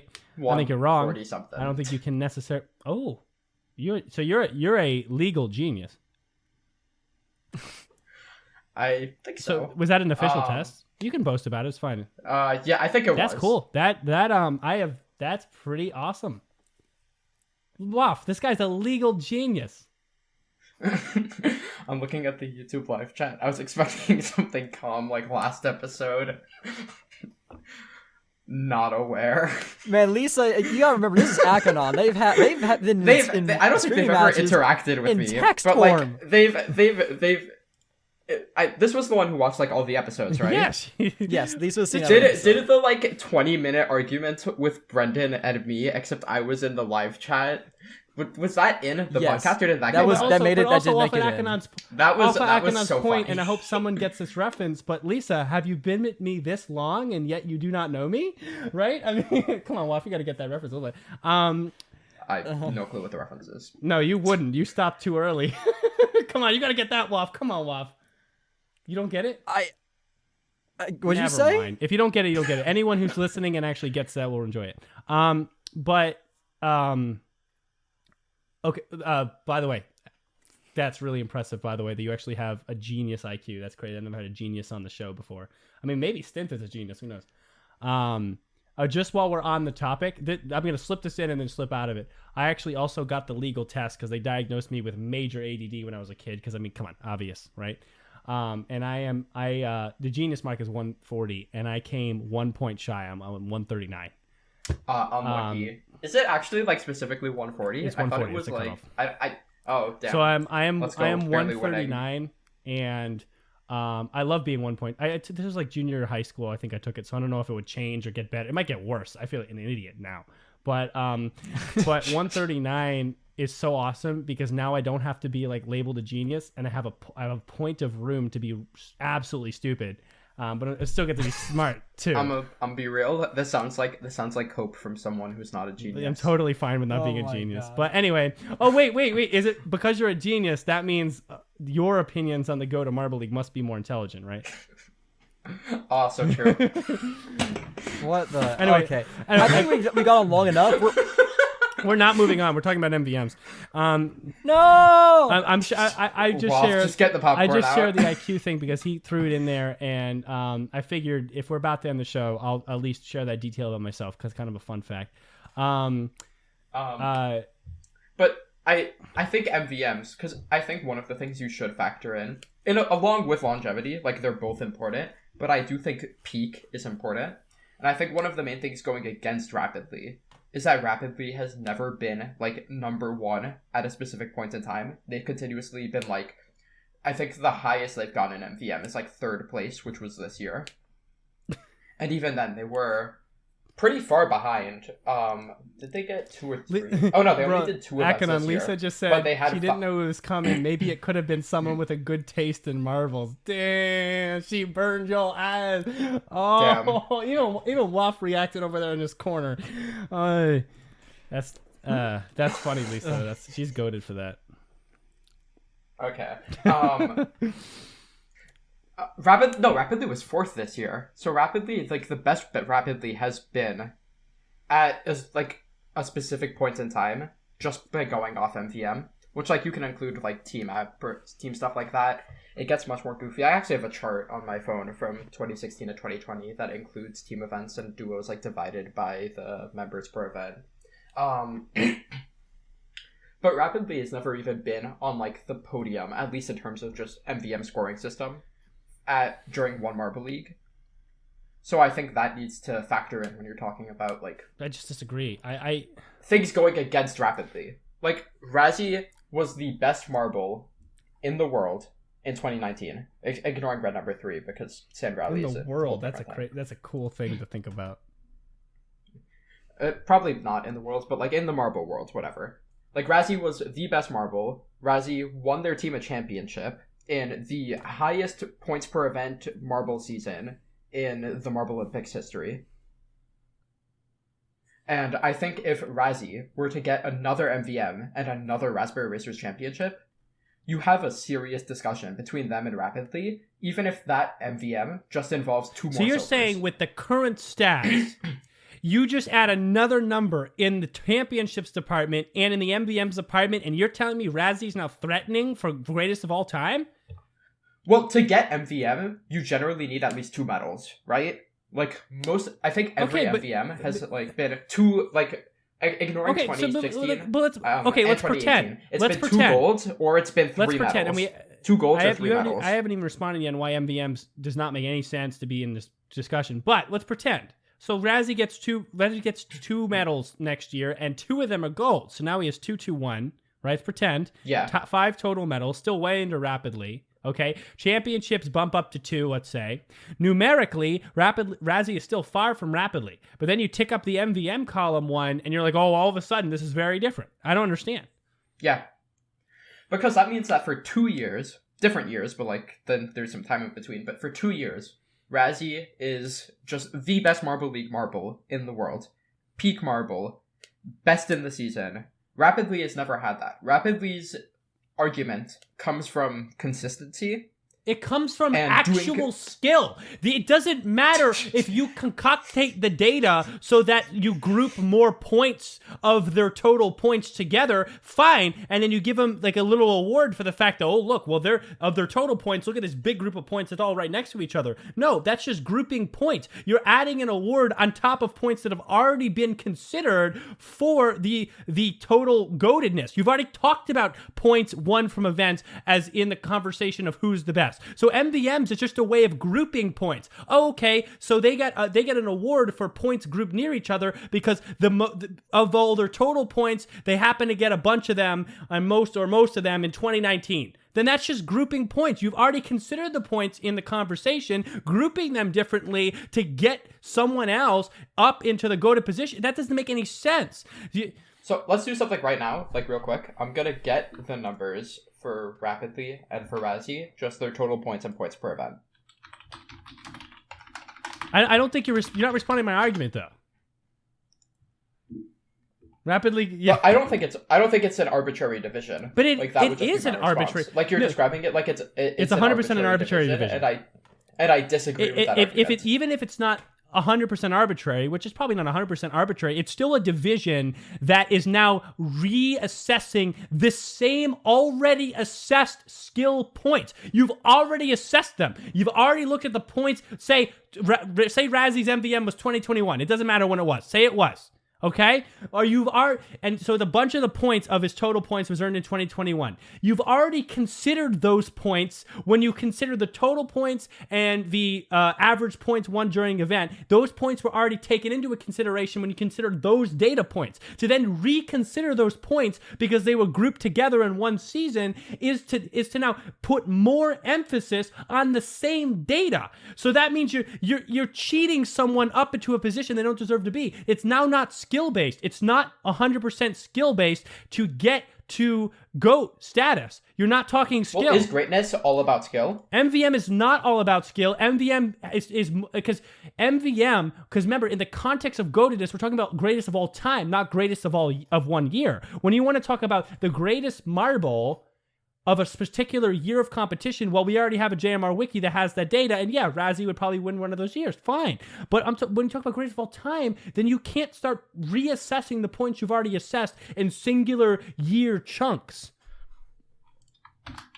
But, again, do you think greatness is, like, greatest of all time is all about skill? Because I'm not sure if I would agree with that take. Greatest of all, if I say... It's not most skilled of all time. It's greatest. Greatness has storyline involved. It has peaks involved. It's not just numbers. But like remember, like if I'm gonna say the greatest of all time at a particular sport, especially when we're talking about marble sports, so you don't have like any interpersonal things going on outside of it that maybe a human sport does. Then when I'm talking about the greatest, I mean the best at doing the thing, the best at the sport. I'm not when I'm talking about greatest of all time in baseball, I'm going to talk about the ones who are doing the best at the hitting and the pitching, not one who had like a really good season or one who was really influential on social media or whatever it is. There's no things outside of doing really good at the sport that I would really consider as a big deal.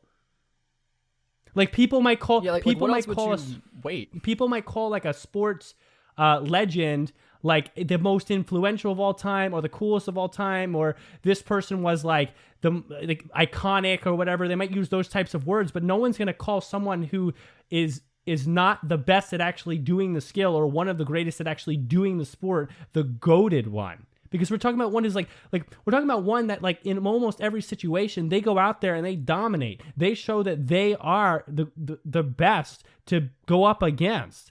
And when you have individual marble with the most golds, so the most singular individual victories compared to every other marble that exists, and I mean, I know tied with yellow, but otherwise the most, and then the most total medals of all individual marbles that ever exist, that points to that marble being the most difficult one to contend with in the sport itself. Therefore, I agree with you. That marble is the greatest of all time. That is the most difficult marble to contend with. You add in the fact that it also that the medal win also agrees with the total points win. I mean, then it's a moot point. I mean, what the argument is here. Why wouldn't rapidly be in high jump? They've never been it before, and the speeders are bad at high jump. If anything, they should be in high jump. I don't disagree with that, Lisa, but I think the only argument that you wouldn't put rapidly in high jump is rapidly tends to not be used in many events. Like, for the statistics I did do, they were put in less events and got more points than, like, yellow, speedy, stuff like that. Oh, so they're really going to do well on that one average, then. So you'd probably want to save rapidly for their specialties. Wait, Akanon, I'm right in saying that, though, right? If they're getting more points in less events, then as far as the average of points per event, they're really going to kill that one, then. Oh, yeah, for sure. Yeah. I'm pulling up Razzie right now, so we'll see how they compare. I mean, my point is proven over and over. The only side, like, listen, I know you're not arguing that Rapidly is not currently goated, but as far as Razzie getting there, you have to explain to me why an MVM would carry so much weight that those numbers would not mean as much as they currently do. And one more MVM is making a huge deal. Because we're talking about a lack in medals, a lack in points, and lack in average points contained. I even agree that team championships can have a tiny bit of weight, and you still have a win in the rapidly section. I think team championships is a very low weight. Like, there'd have to be a drastic difference between team championships for them to make a big difference. But other than that, just one thing. For Razzie, you could argue they have a gold, because in the 2020 hurdles, they did the first two heats that got the Razzies to the finals, but they got subbed out before the finals, and Razzie won the gold medal there. So if you count that as a type of like duo event for the Razzie specifically, you could say that Razzie also has unfortunately, a gold. as much, and I'm not doing this to try to, just continue to beat down Razzie. Unfortunately, that wouldn't, I don't think that could be counted. I think you could definitely count it as just plus 12 points to their name. Like, that's what I think I'm going to do for this. Because they got themselves to top 4 guaranteed. So I think adding 12 is fair. You know what, though? No, wait. Because Razzie did 2/3 of the work, they should get 2/3 of 25 points. I'm actually not. No, I'm not against that. But wait, Waff. Then you could. We'll go back to that. Like, talk about it while I'm getting this short answer. So I think talk about it while I'm what Waff's saying makes sense. But then we also have to remember that the hardest part of the work is the last heat because you have to face the hardest competitors. So yes, it's 2/3 of the work in volume, but as far as difficulty of the work, it's probably, to be honest, less than half the work because the last heat's the hardest because you're racing the fastest marbles. So I think that giving them 12, because no matter what, they would have gotten at least 12 points, is 100% valid, actually. Because it's like, they're getting to 4. They could have lost that heat completely with the final 4, but they were subbed in. So we don't know what they would have done. They could have gotten first or fourth. We don't know, but they at least would have gotten fourth. So you can throw 12 at them. Does that make sense? Oh, Resi actually has 3 individual silvers, not 2. Oh, wow. That changes everything. No, I just forgot about it, so I was just... Wait, Waff, does that make sense, or do you think, what do you think? I understand the point behind it. I do. But like... so I did the math for it, by the way. If you did 2/3, it'd be 16.66 repeating. So, like, it's a difference of roughly 4.6 points. Like, I do, that does sound fair. It does. It's just, I would need to rewatch the event to see how much they were beating the competition by, you know? Like, how much better were they doing? Like, to kind of gauge how well they probably would have done. Yeah, but see... And, like what were their average run times for that specific year, you know? Well, but see, then you don't really know, though, still, because, like, you know, we've seen marbles do really good. We've seen marbles set records and then throw in the next heat and not even make it to the finals. Sure, that's fair. That's fair. So that's a tough... I think that's a tough one, though. Anyways, let's see what numbers Akanon comes up with.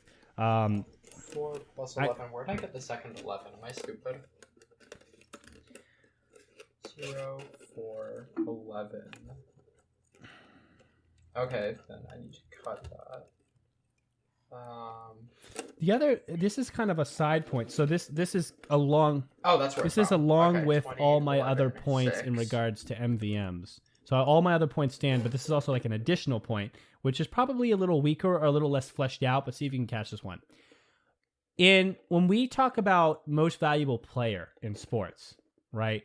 And that's given out, and it means a great deal. And that usually is talked about as far as like how good someone is at a sport. Most valuable player is always necessarily connected to team events. And by a team events, I mean like doing a team action. Like when someone's given most valuable player on a hockey team, it's because of their contribution to the team's effort yielded them the win, right? Helped yield them the win. Right? When you talk about most valuable player in the basketball court, it's not because they did a bunch of individual events and scored the most points. No, it's because their effort on the court with the 4 others, they contributed seemingly the most to all 5 of them getting the win. And so when you talk about greatest of all time in Marble League, remember, we're removing all team events at this point. We're only talking about duos and individuals because we want to isolate it to individual capability. So if we're doing... Yeah, so if you actually look at this... Wait, but hang on with this point. So if you then want to try to throw MVMs in there, it almost makes even less sense because if MVMs mean anything, then they should mean in correlation to the benefit that marble gave their team.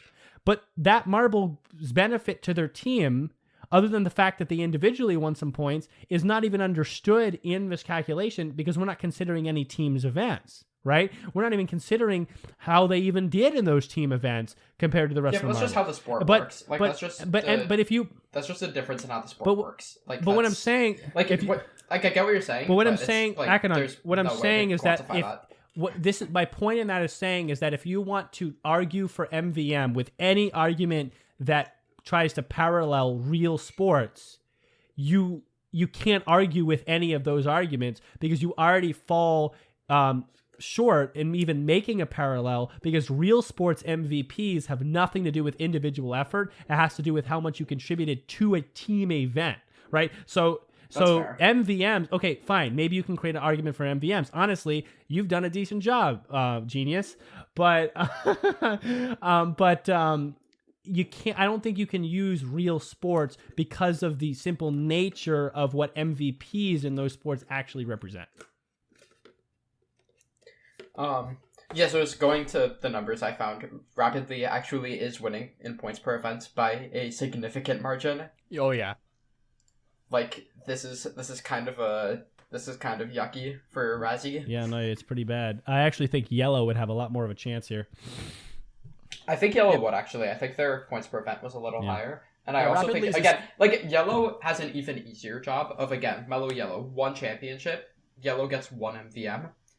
You have much better discussion because MVM historically has tended to be 2 gold medals. And if you have 6 gold medals for yellow and just 4 for Rapidly, that makes this a much closer if you have discussion. 6 gold medals, well, we don't have 6 gold medals for yellow. But that's what I'm saying. The entire premise was, what does a marble need to do to pass Rapidly? So obviously we're making hypotheticals. Okay, but here. if yellow had 6 golds instead of 4, putting that total medals to 7, so the MVMs would not be part of my reasoning, but I still could argue that yellow is now the greatest of all time. It would have nothing to do with MVMs. I would use that MVMs in my reasoning. I would definitely not. It would have nothing to do with that. What it would have to do with is the fact that they have 2 more golds than Rapidly, and we would have to then see at that point where the total points accumulated stand, and where, because remember, like, let's add nothing but 2 golds to yellow. That's 50 points. Okay, that's going to affect the total on the right side of the screen for yellow. Yeah. A lot, which means that yellow is going to be quite close, if not above Rapidly, with a gain of 2 golds. The interesting thing is, we're so early on in the accumulation of individual stats that 2 golds is going to turn that table. I think, look at the numbers we have. We're only in the singular hundreds. We're in 139, 230. Our best individual is 232. So 50 points is a massive gain. And you think yellow only earns 50 points across that Marble League? No. You think it's 2 golds and then zeros? No. So we're talking about probably it's about 70 extra points that would come there. And that's assuming Rapidly gets no gold. I mean, that's a big deal. Yeah. Ooh, that's a good point, Super Yak. 3 of yellow's 4 golds are all in the sprint. Oh yeah, so, yellow is like an insane sprinter.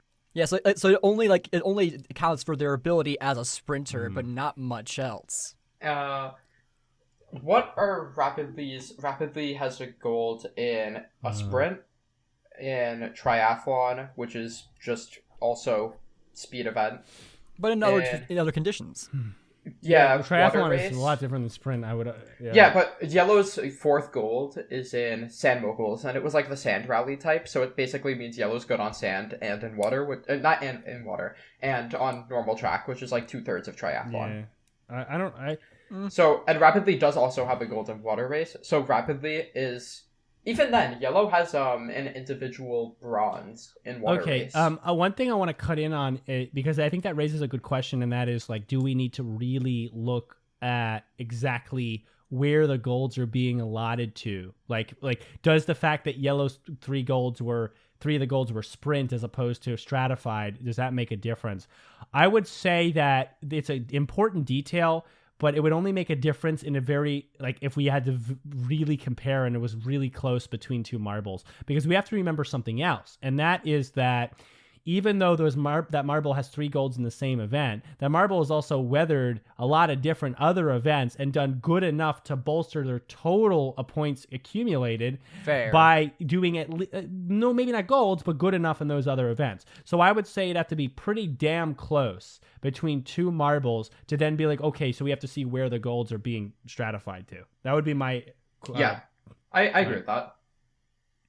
That makes sense. I agree. But I think honestly, wow, that was actually fascinating point. That's definitely a detail worth considering. Thanks for Super Yak. I gotta love Super Yak sometimes. Absolutely. Thank you for Super Yak. Bro, it's already been like 2 hours and we're not even close to done. We haven't even talked about ML23. I mean, yet. Do we need to at this point? Okay, so I think we have, for at least for the listener, we have covered all the things we could cover, arguments regarding MVMs, championship. So, I mean, and then thanks, Akanon, for actually providing the points per event stats, because that really shows it there that at least currently Rapidly is at the top.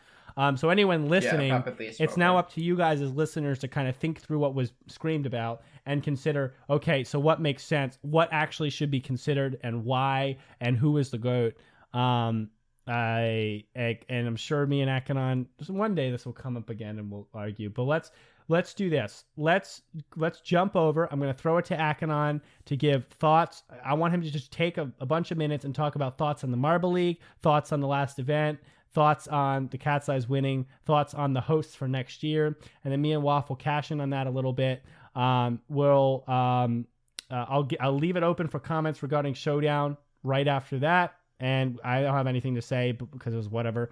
Then we got trivia. Yeah, and then we'll end with the This is gonna trivia take segment. forever. I know this is a really long episode, but this is the last one you're gonna get besides the bonus. So That's true. enjoy it. Also, lots of yelling. Yes. So go Akanon on all those topics regarding end of Marble League, hosts, winners, last event, new hosts. Okay. Just gonna go down the bullet point list of what you mentioned. Start with new host. I've been wanting another Winter League since 2019. So happy with the Gliding Glaciers pick. Yeah, that's fine. That's also something else I'm gonna mention, tangentially related to that about Showdown. So I guess I'll do Showdown second. You can go ahead. Showdown, I like that they did multiple videos for Showdown. Yes. Makes it feel less fake. Yeah, it feels like a real event. Yeah, exactly. But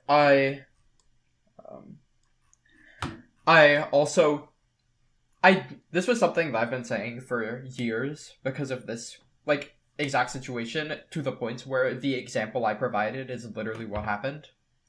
But I dislike the relegation system in Showdown being for the next league because of the hypothetical summer into winter and winter into summer. Because if you look at a team like the Oceanics, they are probably definitively the best Winter League team. And because of events in a Marble League that they already failed to qualify for, they don't get to participate in a Winter League when the event types are totally different. Okay. They're getting double jeopardied on events that aren't even related to the league that they're good at. You don't decide who gets into the NFL playoffs based off how good they are at hockey. Okay. So deciding who is the relegation system for a league that's winter versus summer with the opposite type of what they're going to be qualifying for, I think is a bad system.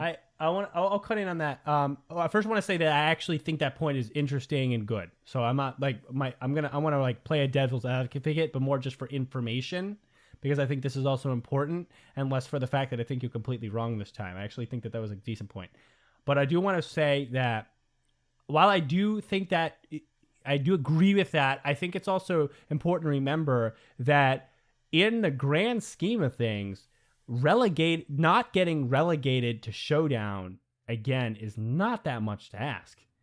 That's four out of 32 teams don't get a chance at Marble League. 4 out of 32, right? Because 16 from the main league and then 16 in the Showdown. Yep. So while I agree with your idea there, I also think we should be reminded that you have to be really freaking bad. Yeah, that's what the Oceanics to actually get relegated. But they're really freaking good at Winter League. Right, but if you can't even be better than the bottom 4 of 32, then I don't think, even if you usually do better in the winter stuff, necessarily even deserve to be on the big screen for the main event, because out of 32 you couldn't even demonstrate in, I mean, again, maybe there are some that weren't their strengths, but I mean, you have to be able to adapt, and there's definitely some staples of marble movement in general in the Showdown, like sprint and stuff. You have to be able to show you're at least better than the bottom 4. I think, again, going back to the football hockey example, you take the worst player in the NFL right now, and they're still going to be a better player than any hockey player you take and put them in a football game. But is it that different? So though? Because think about it. I think so. Think about the actual. I think it's different. Is it really that different? Because think about the marbles are still rolling. Yes, they just are rolling their marbles. That's all they can really do. But I think the events are different enough. Even something like sprint. Mm-hmm. The difference between open lanes, which you have in winter leagues, and closed lanes, which you have in summer leagues, is a big enough difference. Do we know that's going to be the same that this year? The actual things you need... Do we know that's going to be the same like that this year? The 2 times they've done winter leagues, that's the rule they followed. So I'm assuming it will be. That'll be interesting. Like the Winter Special and 2018 both had open lanes, and every Summer League is at Very closed. interesting.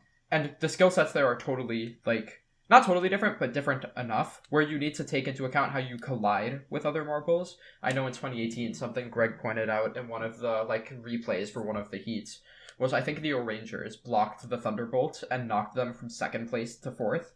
Like, that's a skill that you're not going to see in the normal sprint, because you're just going in your own lane.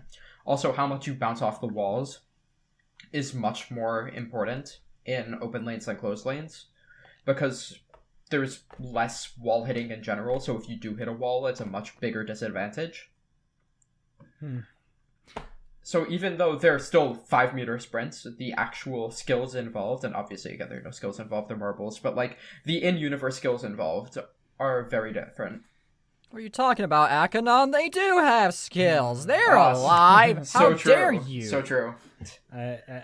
My commentary for me on the Showdown, I don't understand why they had Legion March Wave over something more new and unique, like G-Force Endurance. It's because they printed the piece and they want to use it. Like, let's be real. The only reason the only reason they even have a swing wave in general, I've not seen, like, even events that I dislike have their fans.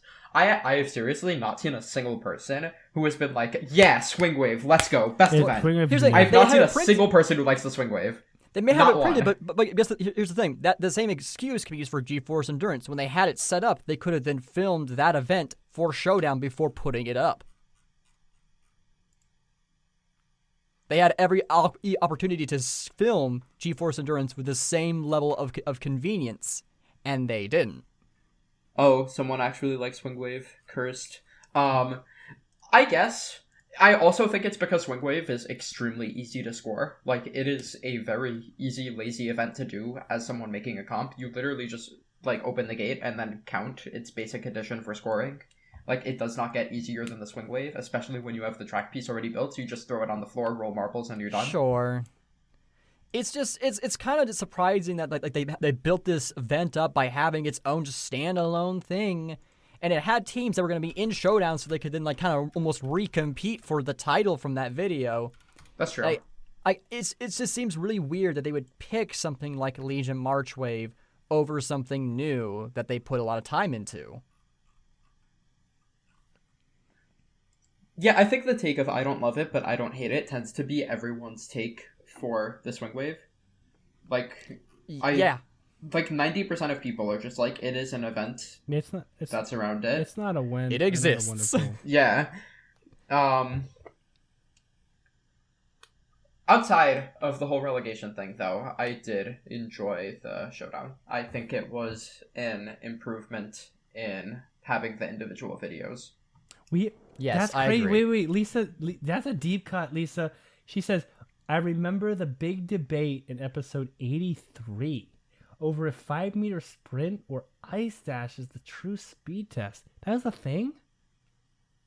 I think it was 83. I just have to pull it. I just gotta see the name of that episode. What?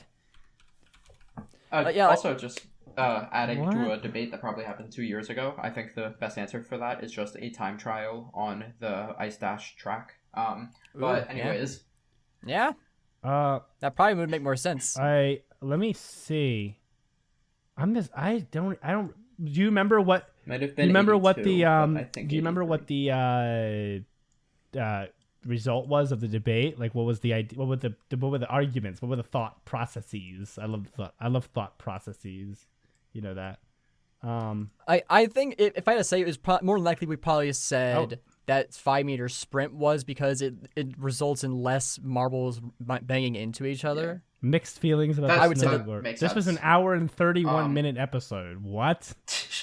So okay, so another testament to the fact that when any debate starts, it's over. Yes. Just adding to something someone in the live chat said, literally just mentioning the existence of snowboard cross. I really hope they use the 2018 snowboard cross track and not the Gravitrax one, because I think the Gravitrax one is just taking an elimination race and putting a different format on it. I like the original track pieces used in the 2018 ones where you have like the marbles bouncing everywhere and they go slow and they bounce and it's fun. Yeah, no, I think I agree. that makes sense. Oh, wait, there was another weird thing, actually, that I completely forgot. In Honeydome GP, during, like, the standings thing, they showed these weird, like, banked red and white corner pieces on, like, the waggle that weren't actually in the race itself. Oh, what? Wait, I want to pull this up. Wait, you have to send me a picture of this. Yeah, I don't know about this. Yeah, like it was, like, a very interesting design for, like, the actual, like, the corners, like it guides them, but, like, it was, like, banked. And, like, wait, why is this in the outro but not in the actual race itself? You said it was in the outro? Yeah, like, it was, like, during some, like, the standings that were, like, showing up on screen, if I'm not mistaken. Okay, I'm pulling this up. One sec. We're basically just doing a live stream. We're not even doing a podcast anymore. This is great. This is great. I found it, yeah, timestamp 8:29. Of what video, sorry? Honeydome GP from the Showdown. Oh, what? That's so weird. Yeah, all of them are different. Well, let me see. Weird. I'm actually gonna Why did they? They're not even the normal ones they use too. They're like sloped. That's so strange. I did not notice that. Good catch. I'm actually about to look at it. Like, I want to see. Like, these are so much cooler and better than what they normally use. Well, like, they may not be better. Like, oh, that's true. We haven't seen them tested. But, like, the Yeah. idea behind it is, like, it continues the momentum more. It's a very and cool glides idea. more I in. would love to see it used. I want to see a test run of it. Yeah. Yeah. Also, just obligatory comment as a Cobalt's fan. Let's go Royal. First place. Cobalt Take these suck. easy. Okay. Sorry, that's bad. I'm sorry. That was me. I actually don't mind the team. I actually like the team. They're in the top 10 for me, but I just, they didn't do very well this year. Yeah. Wait, so what do we? Okay, Also, you're saying something else 829. about- 8:29, Brendan. 8:29. Yeah. 8:29. Again, just because I'm remembering a bunch of things now. Another thing about Winter Leagues, the Christmas race that they uploaded had such a cool aesthetic, and I want to Yes. see more stuff like that in ML24. I don't want Oh it my to just gosh, be yeah. boring wall, boring floor with fan stands. I want it to have more, like, three-dimensional things in it, more marbles on, like, random, like, aesthetic pieces. It looks so cool. That I video, agree so much. that video So might be weird. my favorite, like, JMR video of 2023. Wait, and they literally, if you look, It's not in the race. if you look it's at so weird. 901 and this close up, you'll see that there's a plastic barrier above. Oh yeah, there's also shielding. right. So they don't they launch off. Yeah, they so like fly off the planned edge. for this to be a thing. And by the way, this is cool. This is cooler than the other way they used these. So this is a better way to do it. I wish they would use it. But Maybe they tried to do it in like a test run, and that's when they took these videos, and it didn't work. maybe so it they cut didn't, them or for maybe the actual Marbles race. flew Yeah, off. they may have filmed this when they set it up the maybe first they were time. sure it was gonna. And it didn't And then- work. I wonder if it was in the tracking shots for the original event. I'll look it up. Oh, it's also at 1 minute Yeah, in the you're right. video. You have it too. That's cool. Okay, so now that we're also down the other rabbit hole, she says around 42 minutes is the debate about the ice dash, and so I'm just gonna play. You could. That's a bad idea. Yeah, that's probably gonna take. No, like, no. another I just want to 30 hear if minutes. I can get a glimpse, just a glimpse of what was being said, like maybe just a sentence is- or two. Probably a misplay. That is a very big misplay. Please No, don't. I want to hear it. So okay, maybe I'll just play it for me then, because I want to hear it. I'm interested. I'm interested. You can play it. Me and Wolf can keep talking about it. Okay, you guys talk about. Yeah, I just confirmed it. I went to event 16, and those red and white chevron or guide pieces are there too. So yeah, they must have set this up for the initial video, filmed yeah. the tracking shots, and then did the test run. It didn't work, and then they swapped them out. Yeah, then they probably just didn't bother to, or forgot to redo the, like, I'm blanking on words, like the track pans. Mm-hmm. Yeah. So that's interesting. I'm kind of miss it the first time, but like, I want to see like how the test run for it went and why it didn't work out. Maybe you know what happened? Maybe marbles went too slow, so they went up and then this crashed into the wall afterward. Yeah, that would be my guess, that they just, like, crashed Wait, into the wall or fell off the track because you or guys something. are just gonna get covered, but you guys are gonna. No. Yeah, no, we're not doing that. This is also a bad idea because it's not going to show up in the recording itself. Oh, that's true. It won't. Yeah, So, this is probably. I want not to a hear it. No, so yeah, this is a bad. terrible idea. I want to know so bad. I'll listen to it later. Then listen to it on your own time. On your own Just- time. I'll listen to it later. Just listen to it after, and you could like put something like a pinned comment. Okay, There you go. maybe. Yeah, okay. I'll have it up for me to listen to later. Yeah. And then actual main league. I made a post on the Reddit about this. It got like 20 comments because I'm so popular. But it was about, because this is actually just my takeaway from the entire league, unfortunately, which is just scoring errors everywhere. Like scoring errors, graphical errors, all Okay, over the place. Akanon, you would know this by better. So did the scoring errors? Well, I don't know if we're all sure exactly what the exact right way to score was, but if we are, like, does that actually affect the winner? Oh Yeah, no, I went over it. I went over it the first time. You can argue that 3 teams won dependent on how you score events. Okay, but do we know That was in my Reddit But do we post. know which team actually should have won, or do we? Depends. Bumblebees. Or does it depends. really just depends depend? So the cat size can still be a valid winner. There are Ju- 5. There are like 4 or 5 events that are scored incorrectly. I was think it's really. 4. I thought it was only. I thought Steeplechase was the only one that was really worth No, rescoring. Steeplechase is the worst one. You can argue Tug of War is, which like most people won't. You can argue the G-Force Endurance was with the Pinkies, which again most people don't. And what was the last one? I'm just gonna pull up my Reddit post. The only event I had a problem with was Steeplechase. I didn't really have a problem. There was with any there was others. another one that was like actually bad. I'm trying to jog my memory. of what it Maze. was. Okay, Maze had a problem. Maze. Maze had a needed problem with its consolation points, design. Yeah, and they should have given consolation points. That one Sure. most people agree on. Okay. Like dependent on how you do this, if you just correct Steeplechase, the Bumblebees win. If you correct Steeplechase and any other combination of events, besides if you correct literally every event, including G-Force Endurance, the Crazy Cat's Eyes lose. Like, unless you correct all 4 or 5 different events, all 4 events, the G-Force, the Tug of War, the Steeplechase, and the Maze, the Crazy Cat's Eyes lose in every type of combination, which most people don't. And if you say that Tug of War was scored incorrectly, the Pinkies win. So the Pinkies, Bumblebees, and Cat's Eyes all have claims to the trophy. That's kind of bad. The most common take, just dependent on like what people tend to agree was scored incorrectly, what people will say like close enough it's understandable, like with Tug of War, it could have been camera angle, stuff like that. The most common thing, if you were to correct scoring, would be that the Bumblebees should have won. Yeah. Fair enough. Which, and like, that's such a big thing, that's just my takeaway from the league, which is a shame, because I loved some of the events. This is Yeah, I definitely do too. the best iteration of Team Pursuit. The Hurdles event was insane. Ruzzy is cracked. Oh my gosh, yeah. The elimination race with Rojo Uno passing, who was it? Yeah.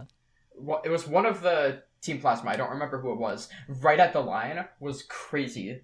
There were so many events in this league that were phenomenal, but at least for me, it all just gets bogged down by you have a wrong winner. You have so many events that are scored wrong. You have all of the drama going on outside of the videos. You have the graphical errors like in block pushing where they had to take it down and re-upload it because they spoiled the results halfway through the event. Yeah, no, like I agree. Like And also, the overall product is not good.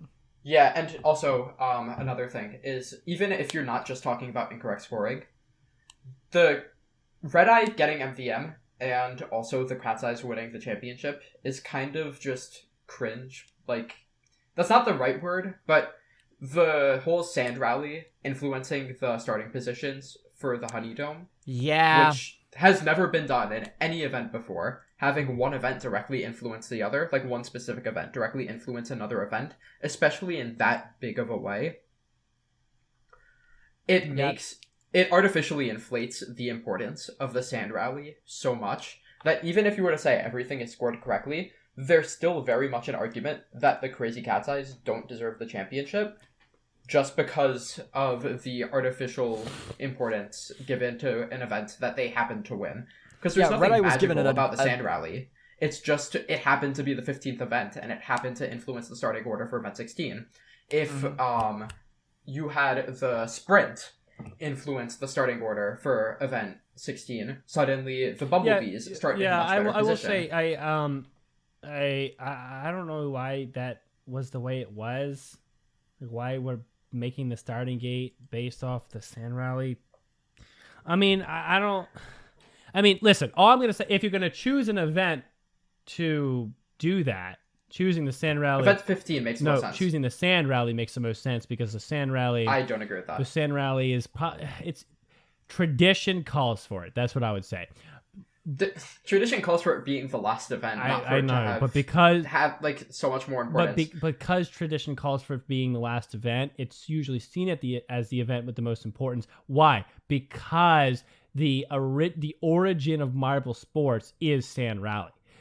Or the origin of JMR marble sports. I know. So we come kind of, we're in and out of roleplay at the same time when we talk about this. But even in the marble world, if we're going to hold to chronology of even how marble sports developed from the beginning, it did develop from Sand Rally. The world of marble sports started with Sand Rally. Sand Rally was cool, and now let's add some new stuff. So in the marble world, we would have to see it as Sand Rally being the kind of primitive way to have a marble sports competition, and then it's evolved into like Marble Olympics and what we have now. So to see that as like a tradition, an old kind of big deal for the world of marbles is not far-fetched. Does it necessarily mean that we should use it to choose a starting gate for Honeydome? No. But what it does mean is that if I'm saying that you shouldn't do that, but if you were going to choose the event to do that, Sand Rally would make the most sense based on its traditional implications. That's all I'm saying. If you're already making extremely bad decisions, the Sand Rally is one of the least bad, extremely bad decisions. Right, exactly what I'm saying. So, well said. Yes. But something else I wanted to add, someone said it in the live chat, by the way, I'm not having live chat open anymore because my phone is about to die and I hadn't opened my phone. But okay. Someone said in the live chat that they thought it was better than just doing the reverse starting order in 2021. Yeah, it's like the reverse championship, and I don't agree with that.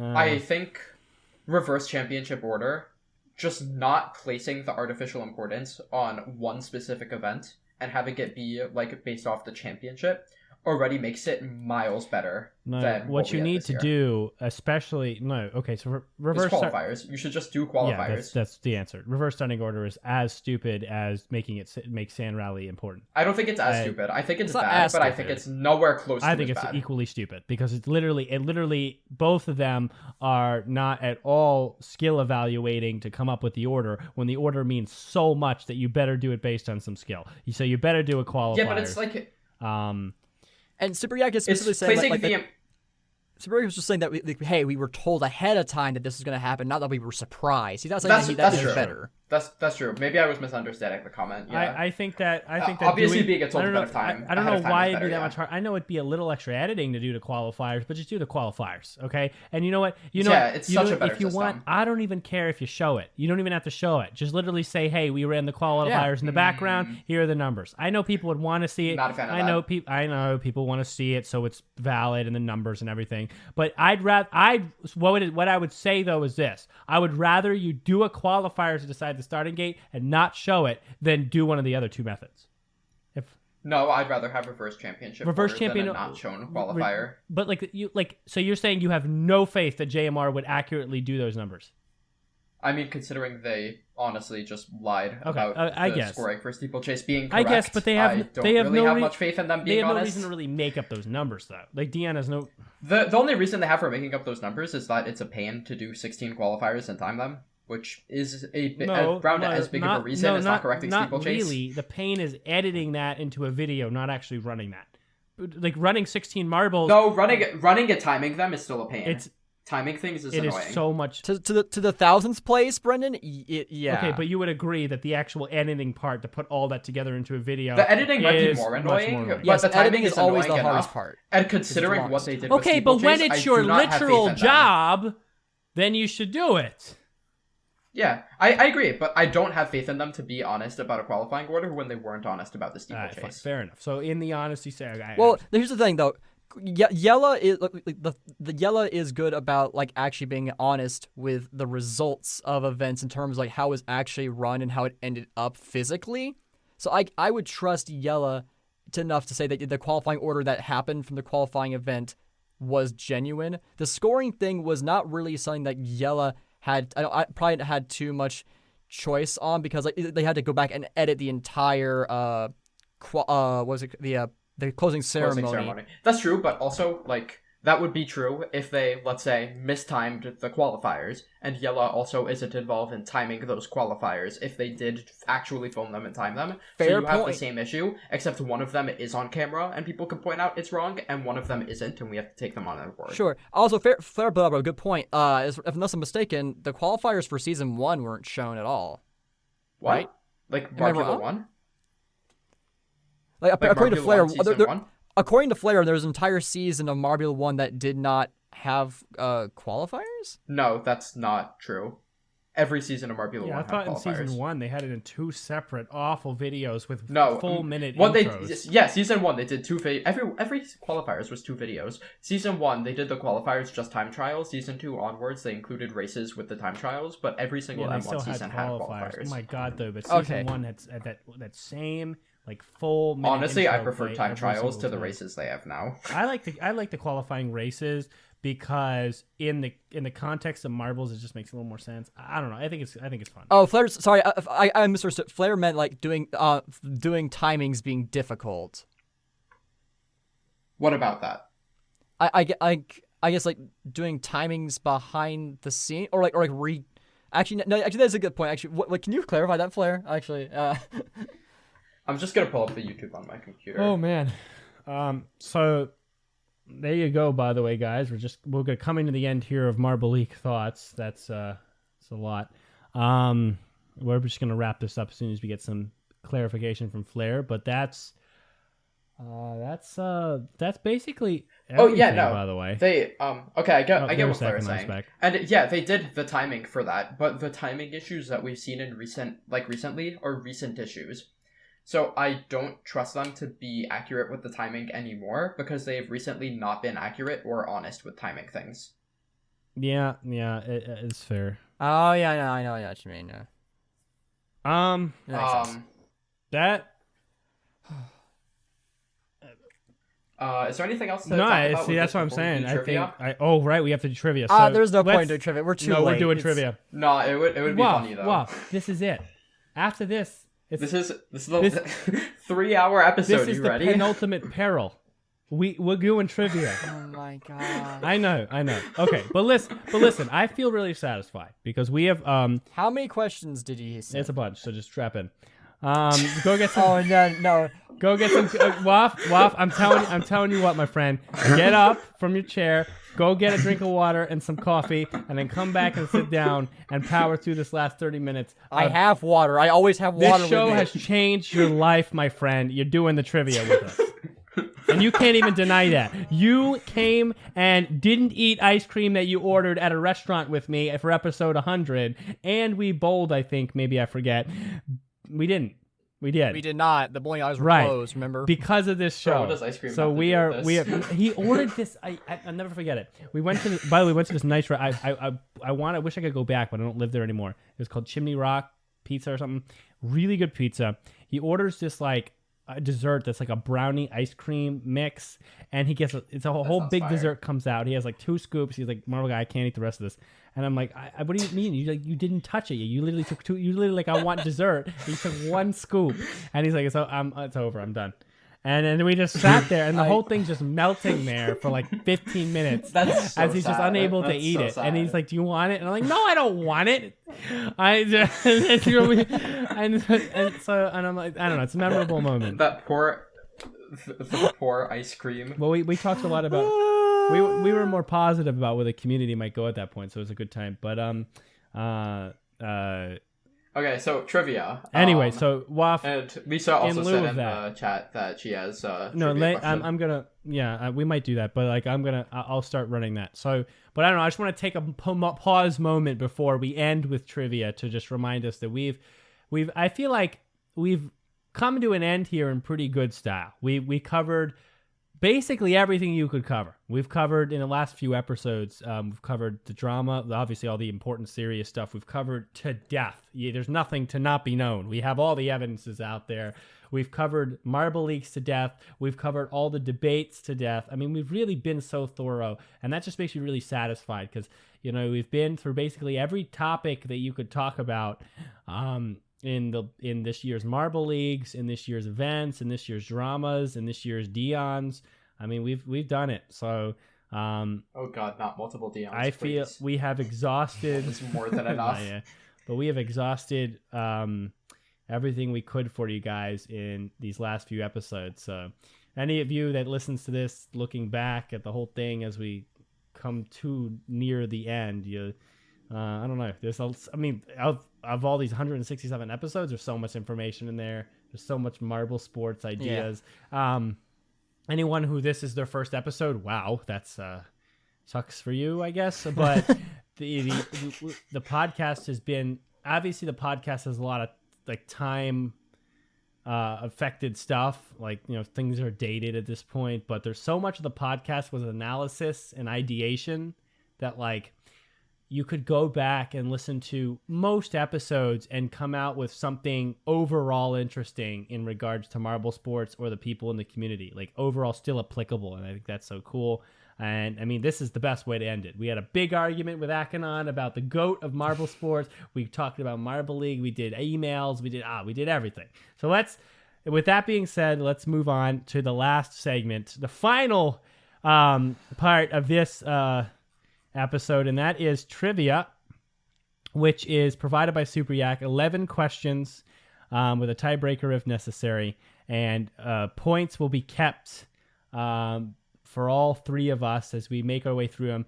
He put all the answers in spoiler boxes, so I promise you I have not looked at them. That would ruin the fun for me, and I like the trivia, so I just trust me, I have not looked at them.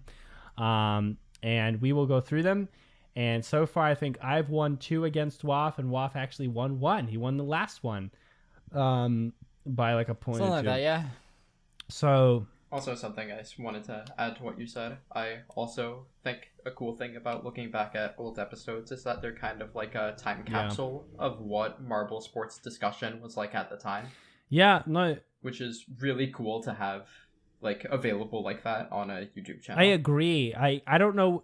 I'll throw this in here. I don't know where Marble Sports is going. I don't. And like where Marble Sports is going and all that ethereal stuff will be in that anniversary bonus episode. We'll do that for an hour or two then. But it could go anywhere. And if you ever are wondering, hey, I wonder what it was like at the beginning.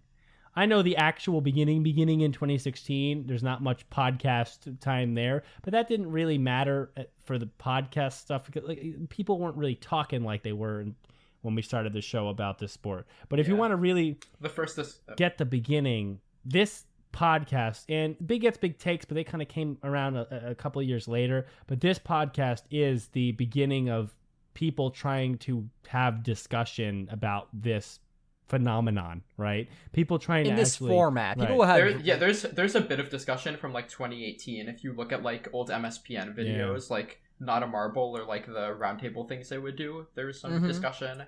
But this is probably the first podcast I'd seen. Oh, it definitely was. Of marble sports discussion. Oh no, this was the first It definitely was podcast the of the first. marble sports. Yeah, I'll take your word on that. But I dug around. but like this and like MSPN, this is like what it looked like. So if Marble Sports ever goes anywhere crazy, if 10 years from now, 20 years from now, someone is sitting down listening to my voice right now, and Marble Sports is in a wild place, and I'm like 40 with a job, so I don't know anymore, but you do, then this is what it's like right now. The last few episodes is what it's like right here in 2023, 2024. The first few episodes is what it was like right at the beginning. And I hope for anybody who might hear this in 20 years that it's a thriving, wonderful community with a lot of wonderful marble things. Okay? So with that being said, we'll test your knowledge 20 years from now, person, with this trivia segment. Do the trivia segment intro thing. Now it's time for the trivia segment. Come on now, let's go, go, go. Go, go, go. Oh, okay, good. So we're in the segment. So here it is. I'm going to keep points on this handy dandy Google Doc that I'm going to just pull up. I could just keep points in the live chat if you want. Yeah, actually, Akanon's going to keep points because I don't want to. So cool. It's the Discord live chat, so sorry, YouTube watchers. Yeah, no, the YouTube watchers. It's okay, we'll say it verbally. Yeah, we could just say the points. Yeah, we're gonna say them. Keep track or whatever. Yeah. So like, keep track on the chat, but I'll just make sure they can hear again, it. once more, the overall, we've done 3 major special trivia events. Obviously, we had that trivia segment in the old episodes, but I mean like the Super Yak Waff versus Brendan trivia events. We've done 3. I've won the first 2. He won the last one. And Akanon's now here today to join us. Play along with us as we go. We have 11 questions. We're going to keep points. Here we go with the first one. They get harder as we go on, so get ready. Which marble, not the team, won the 2019 Marble League elimination race? Oh, I know this.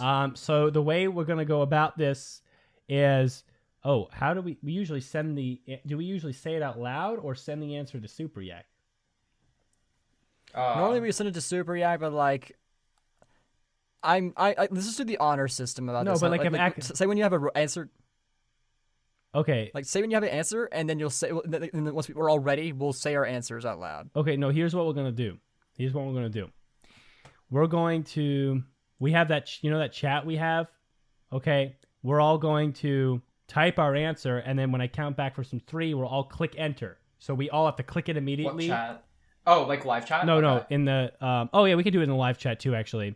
So that we know that our answers are jumping in, right, at the same time, so we didn't change them. Okay. And then we'll obviously deliberate from there. So everyone come up with an answer. Yeah, I got mine. I actually don't, so this is a bad start. How much Unlucky. marble won the 2019 Marble League elimination race? Let me think back. Why is this the first question? Is this like well-known information? This isn't that hard. No, but I remember the first questions being way easier than this. Maybe I just blanked on this one. I know Yak said that he was starting with like medium difficulty and not easy, so maybe that's why. And okay, don't look in live chat until you have your answer ready because someone just posted it. Okay, there, they deleted it. Yeah, if you're gonna answer in live chat, please put spoiler. No, actually, how about this? Nobody answer in live chat, because stop. Let's just do it in our group DM. No, we'll do it in live chat, and everybody else who's in live chat can just not answer it. They can answer it in their heads. And then they can see if they get it right after we reveal it. Because honestly, I don't want to risk us there being like, all right. I'm not ready yet. Oh, God, I don't even know. I think... Damn. Out of curiosity, do you remember which team it was, or... This is a hard one. I feel like this is one... I'm pretty sure I know the team. I just don't know the marble. I know. 2019. So I'm trying to remember 2019. 2019 was the year... The Raspberry Racers won, I think. Yeah, that was that year. Because why not? Okay, so Waff, you have your answer? Yeah, I have my answer. Right. Okay, so 3, 1, enter. 2, 1.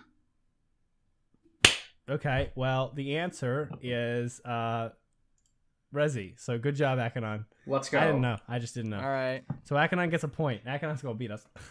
Yeah, Rezi got silver in the 2022 elimination race. I have no idea. I never would have got that. Which marble, not the team, DNF'd in the 2021 hurdles?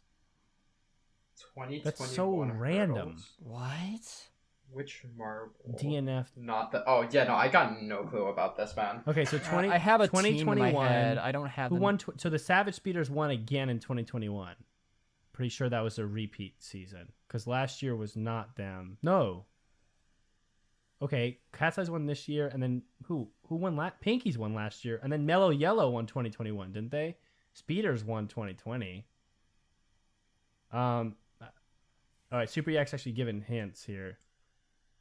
Oh, what are the hints? Will you read the live chat? Hint: this was the first year they introduced the jumps and not the barriers. Yeah. No, I know I what knew you're that. talking about.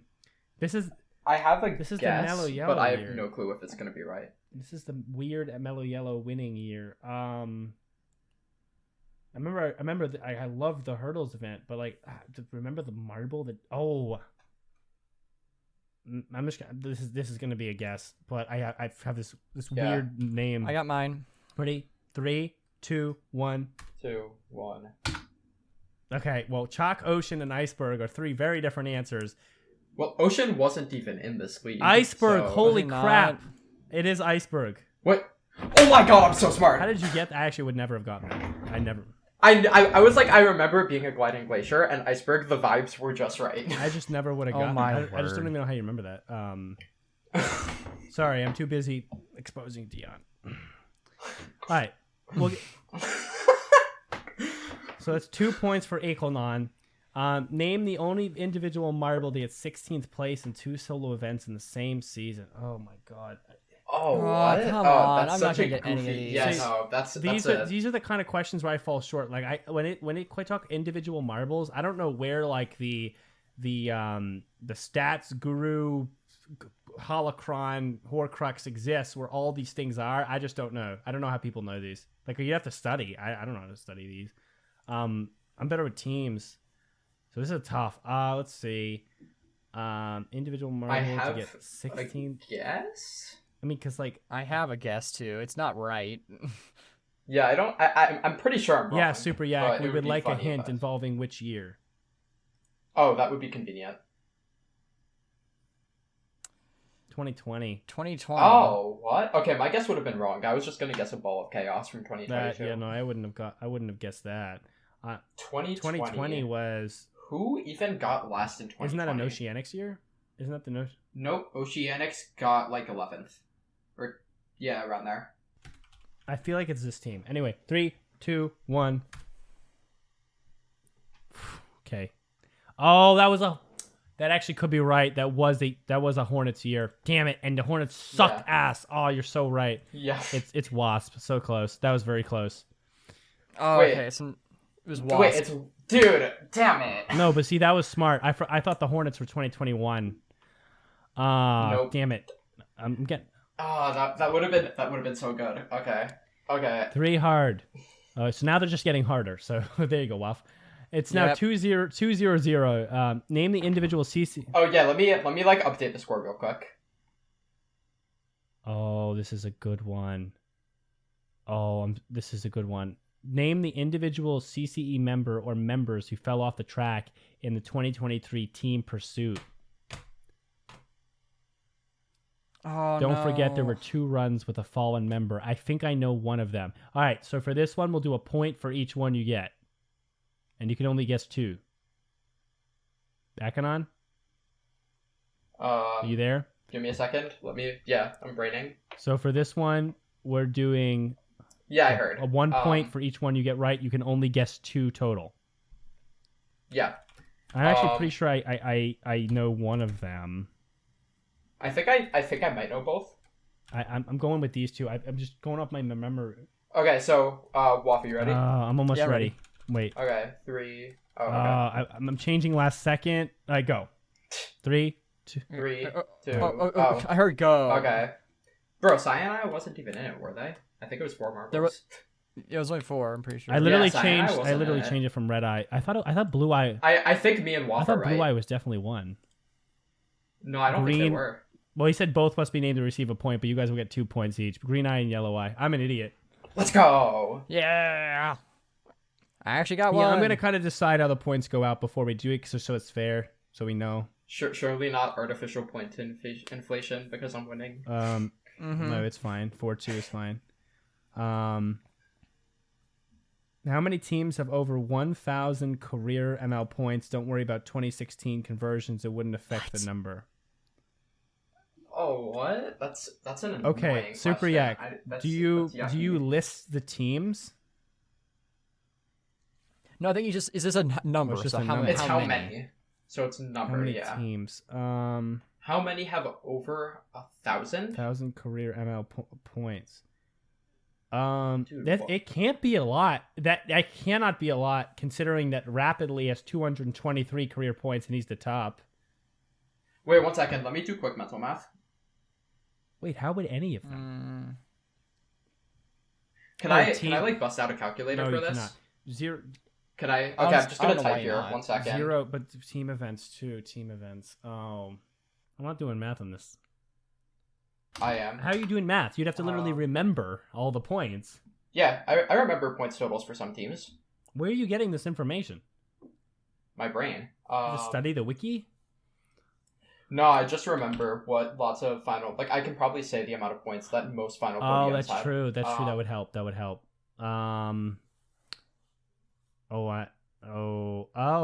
That actually would help. That'd help a lot. Okay, I got an answer. So, okay. No, I'm actually pretty happy with my number then. Ready? 3, Yeah, All right. 2, 1. 2, 1. What the hell, 11? What? What are you doing? It's 2. Wait, it is? Yeah. Let's go!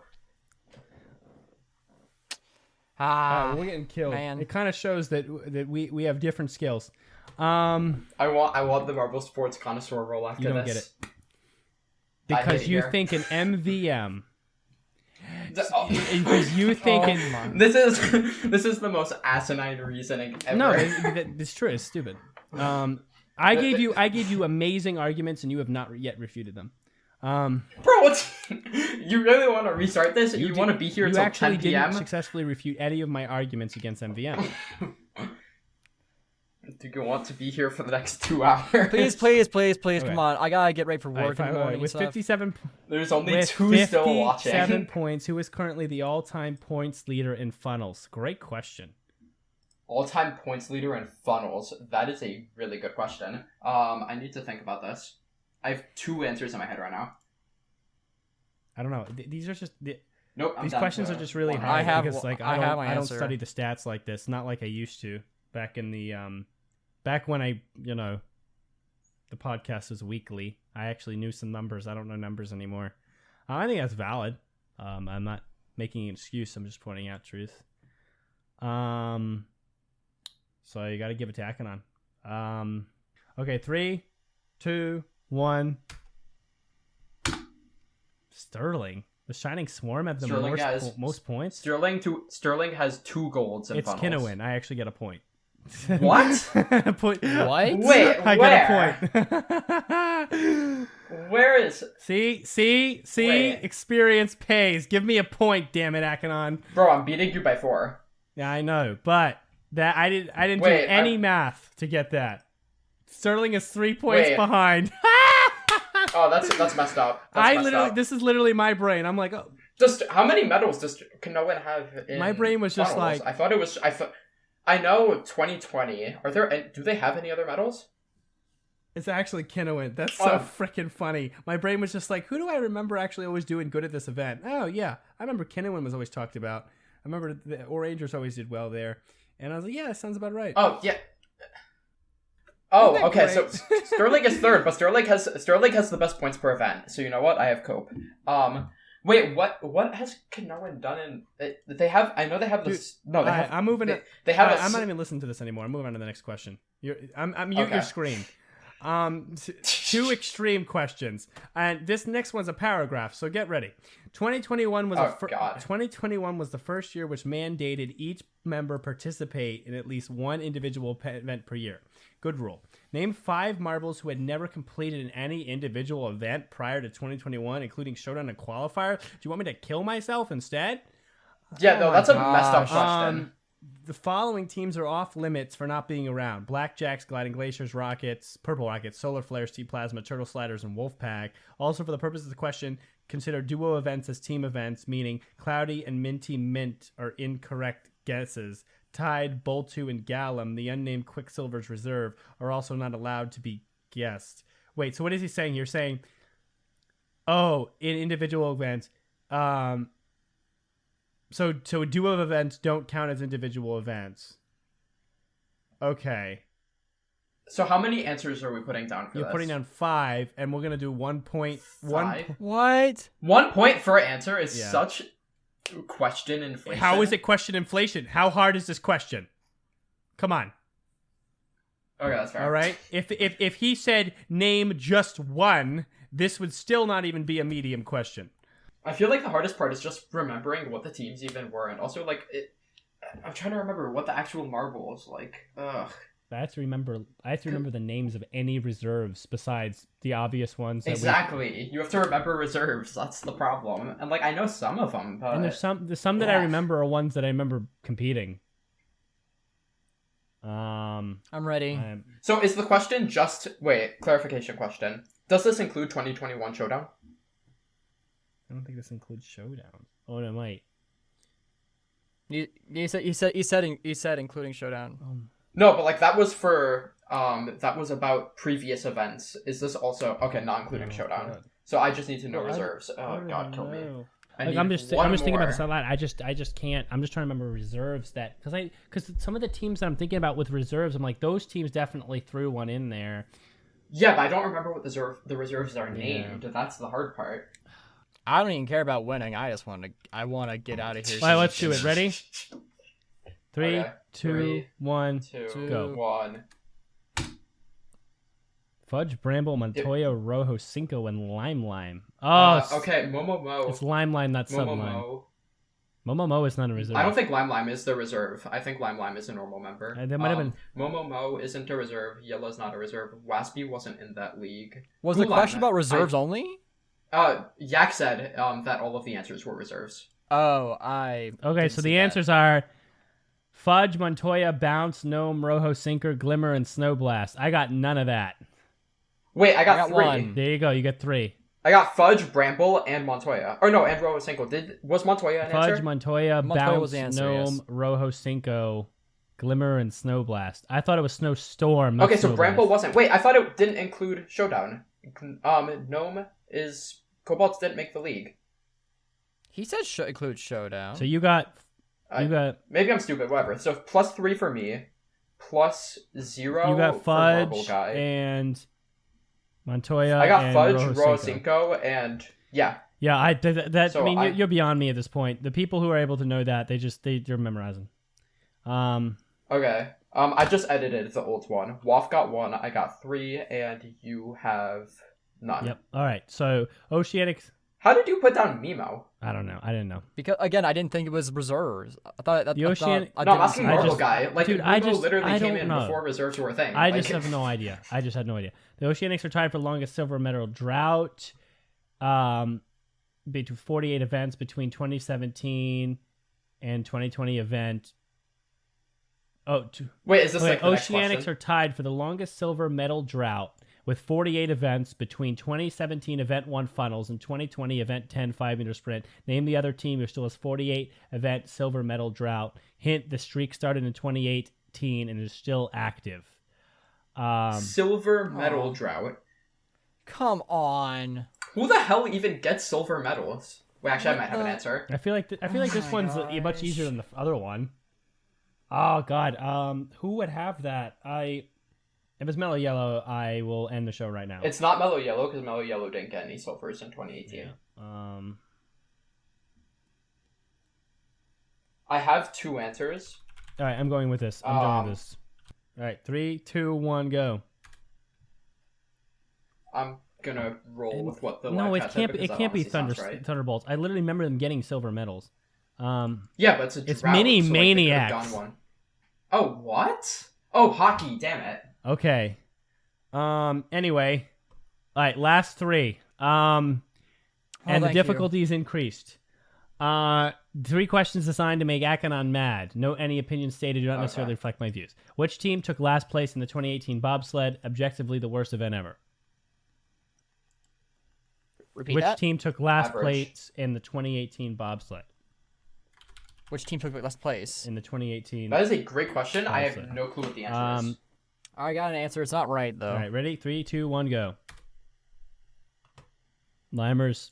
Jungle Jumpers weren't in the I'm league. mad if it's Limers because I put Limers before Eliezer put Limers. Okay, so my thought process. So it's kind of annoying. Partial- it's Mellow Yellow, so we all suck.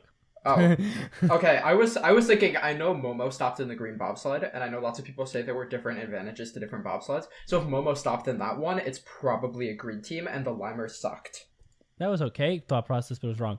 In the 2020 Marble Marathon, most dominating final event ever, there was a brief time when the Midnight Wisps could win the Marble League based on provisional standings after trading provisional wins back and forth with the Speeders. On which lap did the Speeders take the lead and never look back? Hint, there were 33 laps in the event. This is a mean question. Wait, repeat that, please. 2020 Marble Marathon, the most dominating final event ever. There was a brief time when the Midnight Wisps could win the Marble League based on provisional standings. After trading provisional wins back and forth with the Speeders, on which lap did the Speeders take the lead and never look back? Hint, there were 33 laps in the event. Okay, I have an answer. That's not even...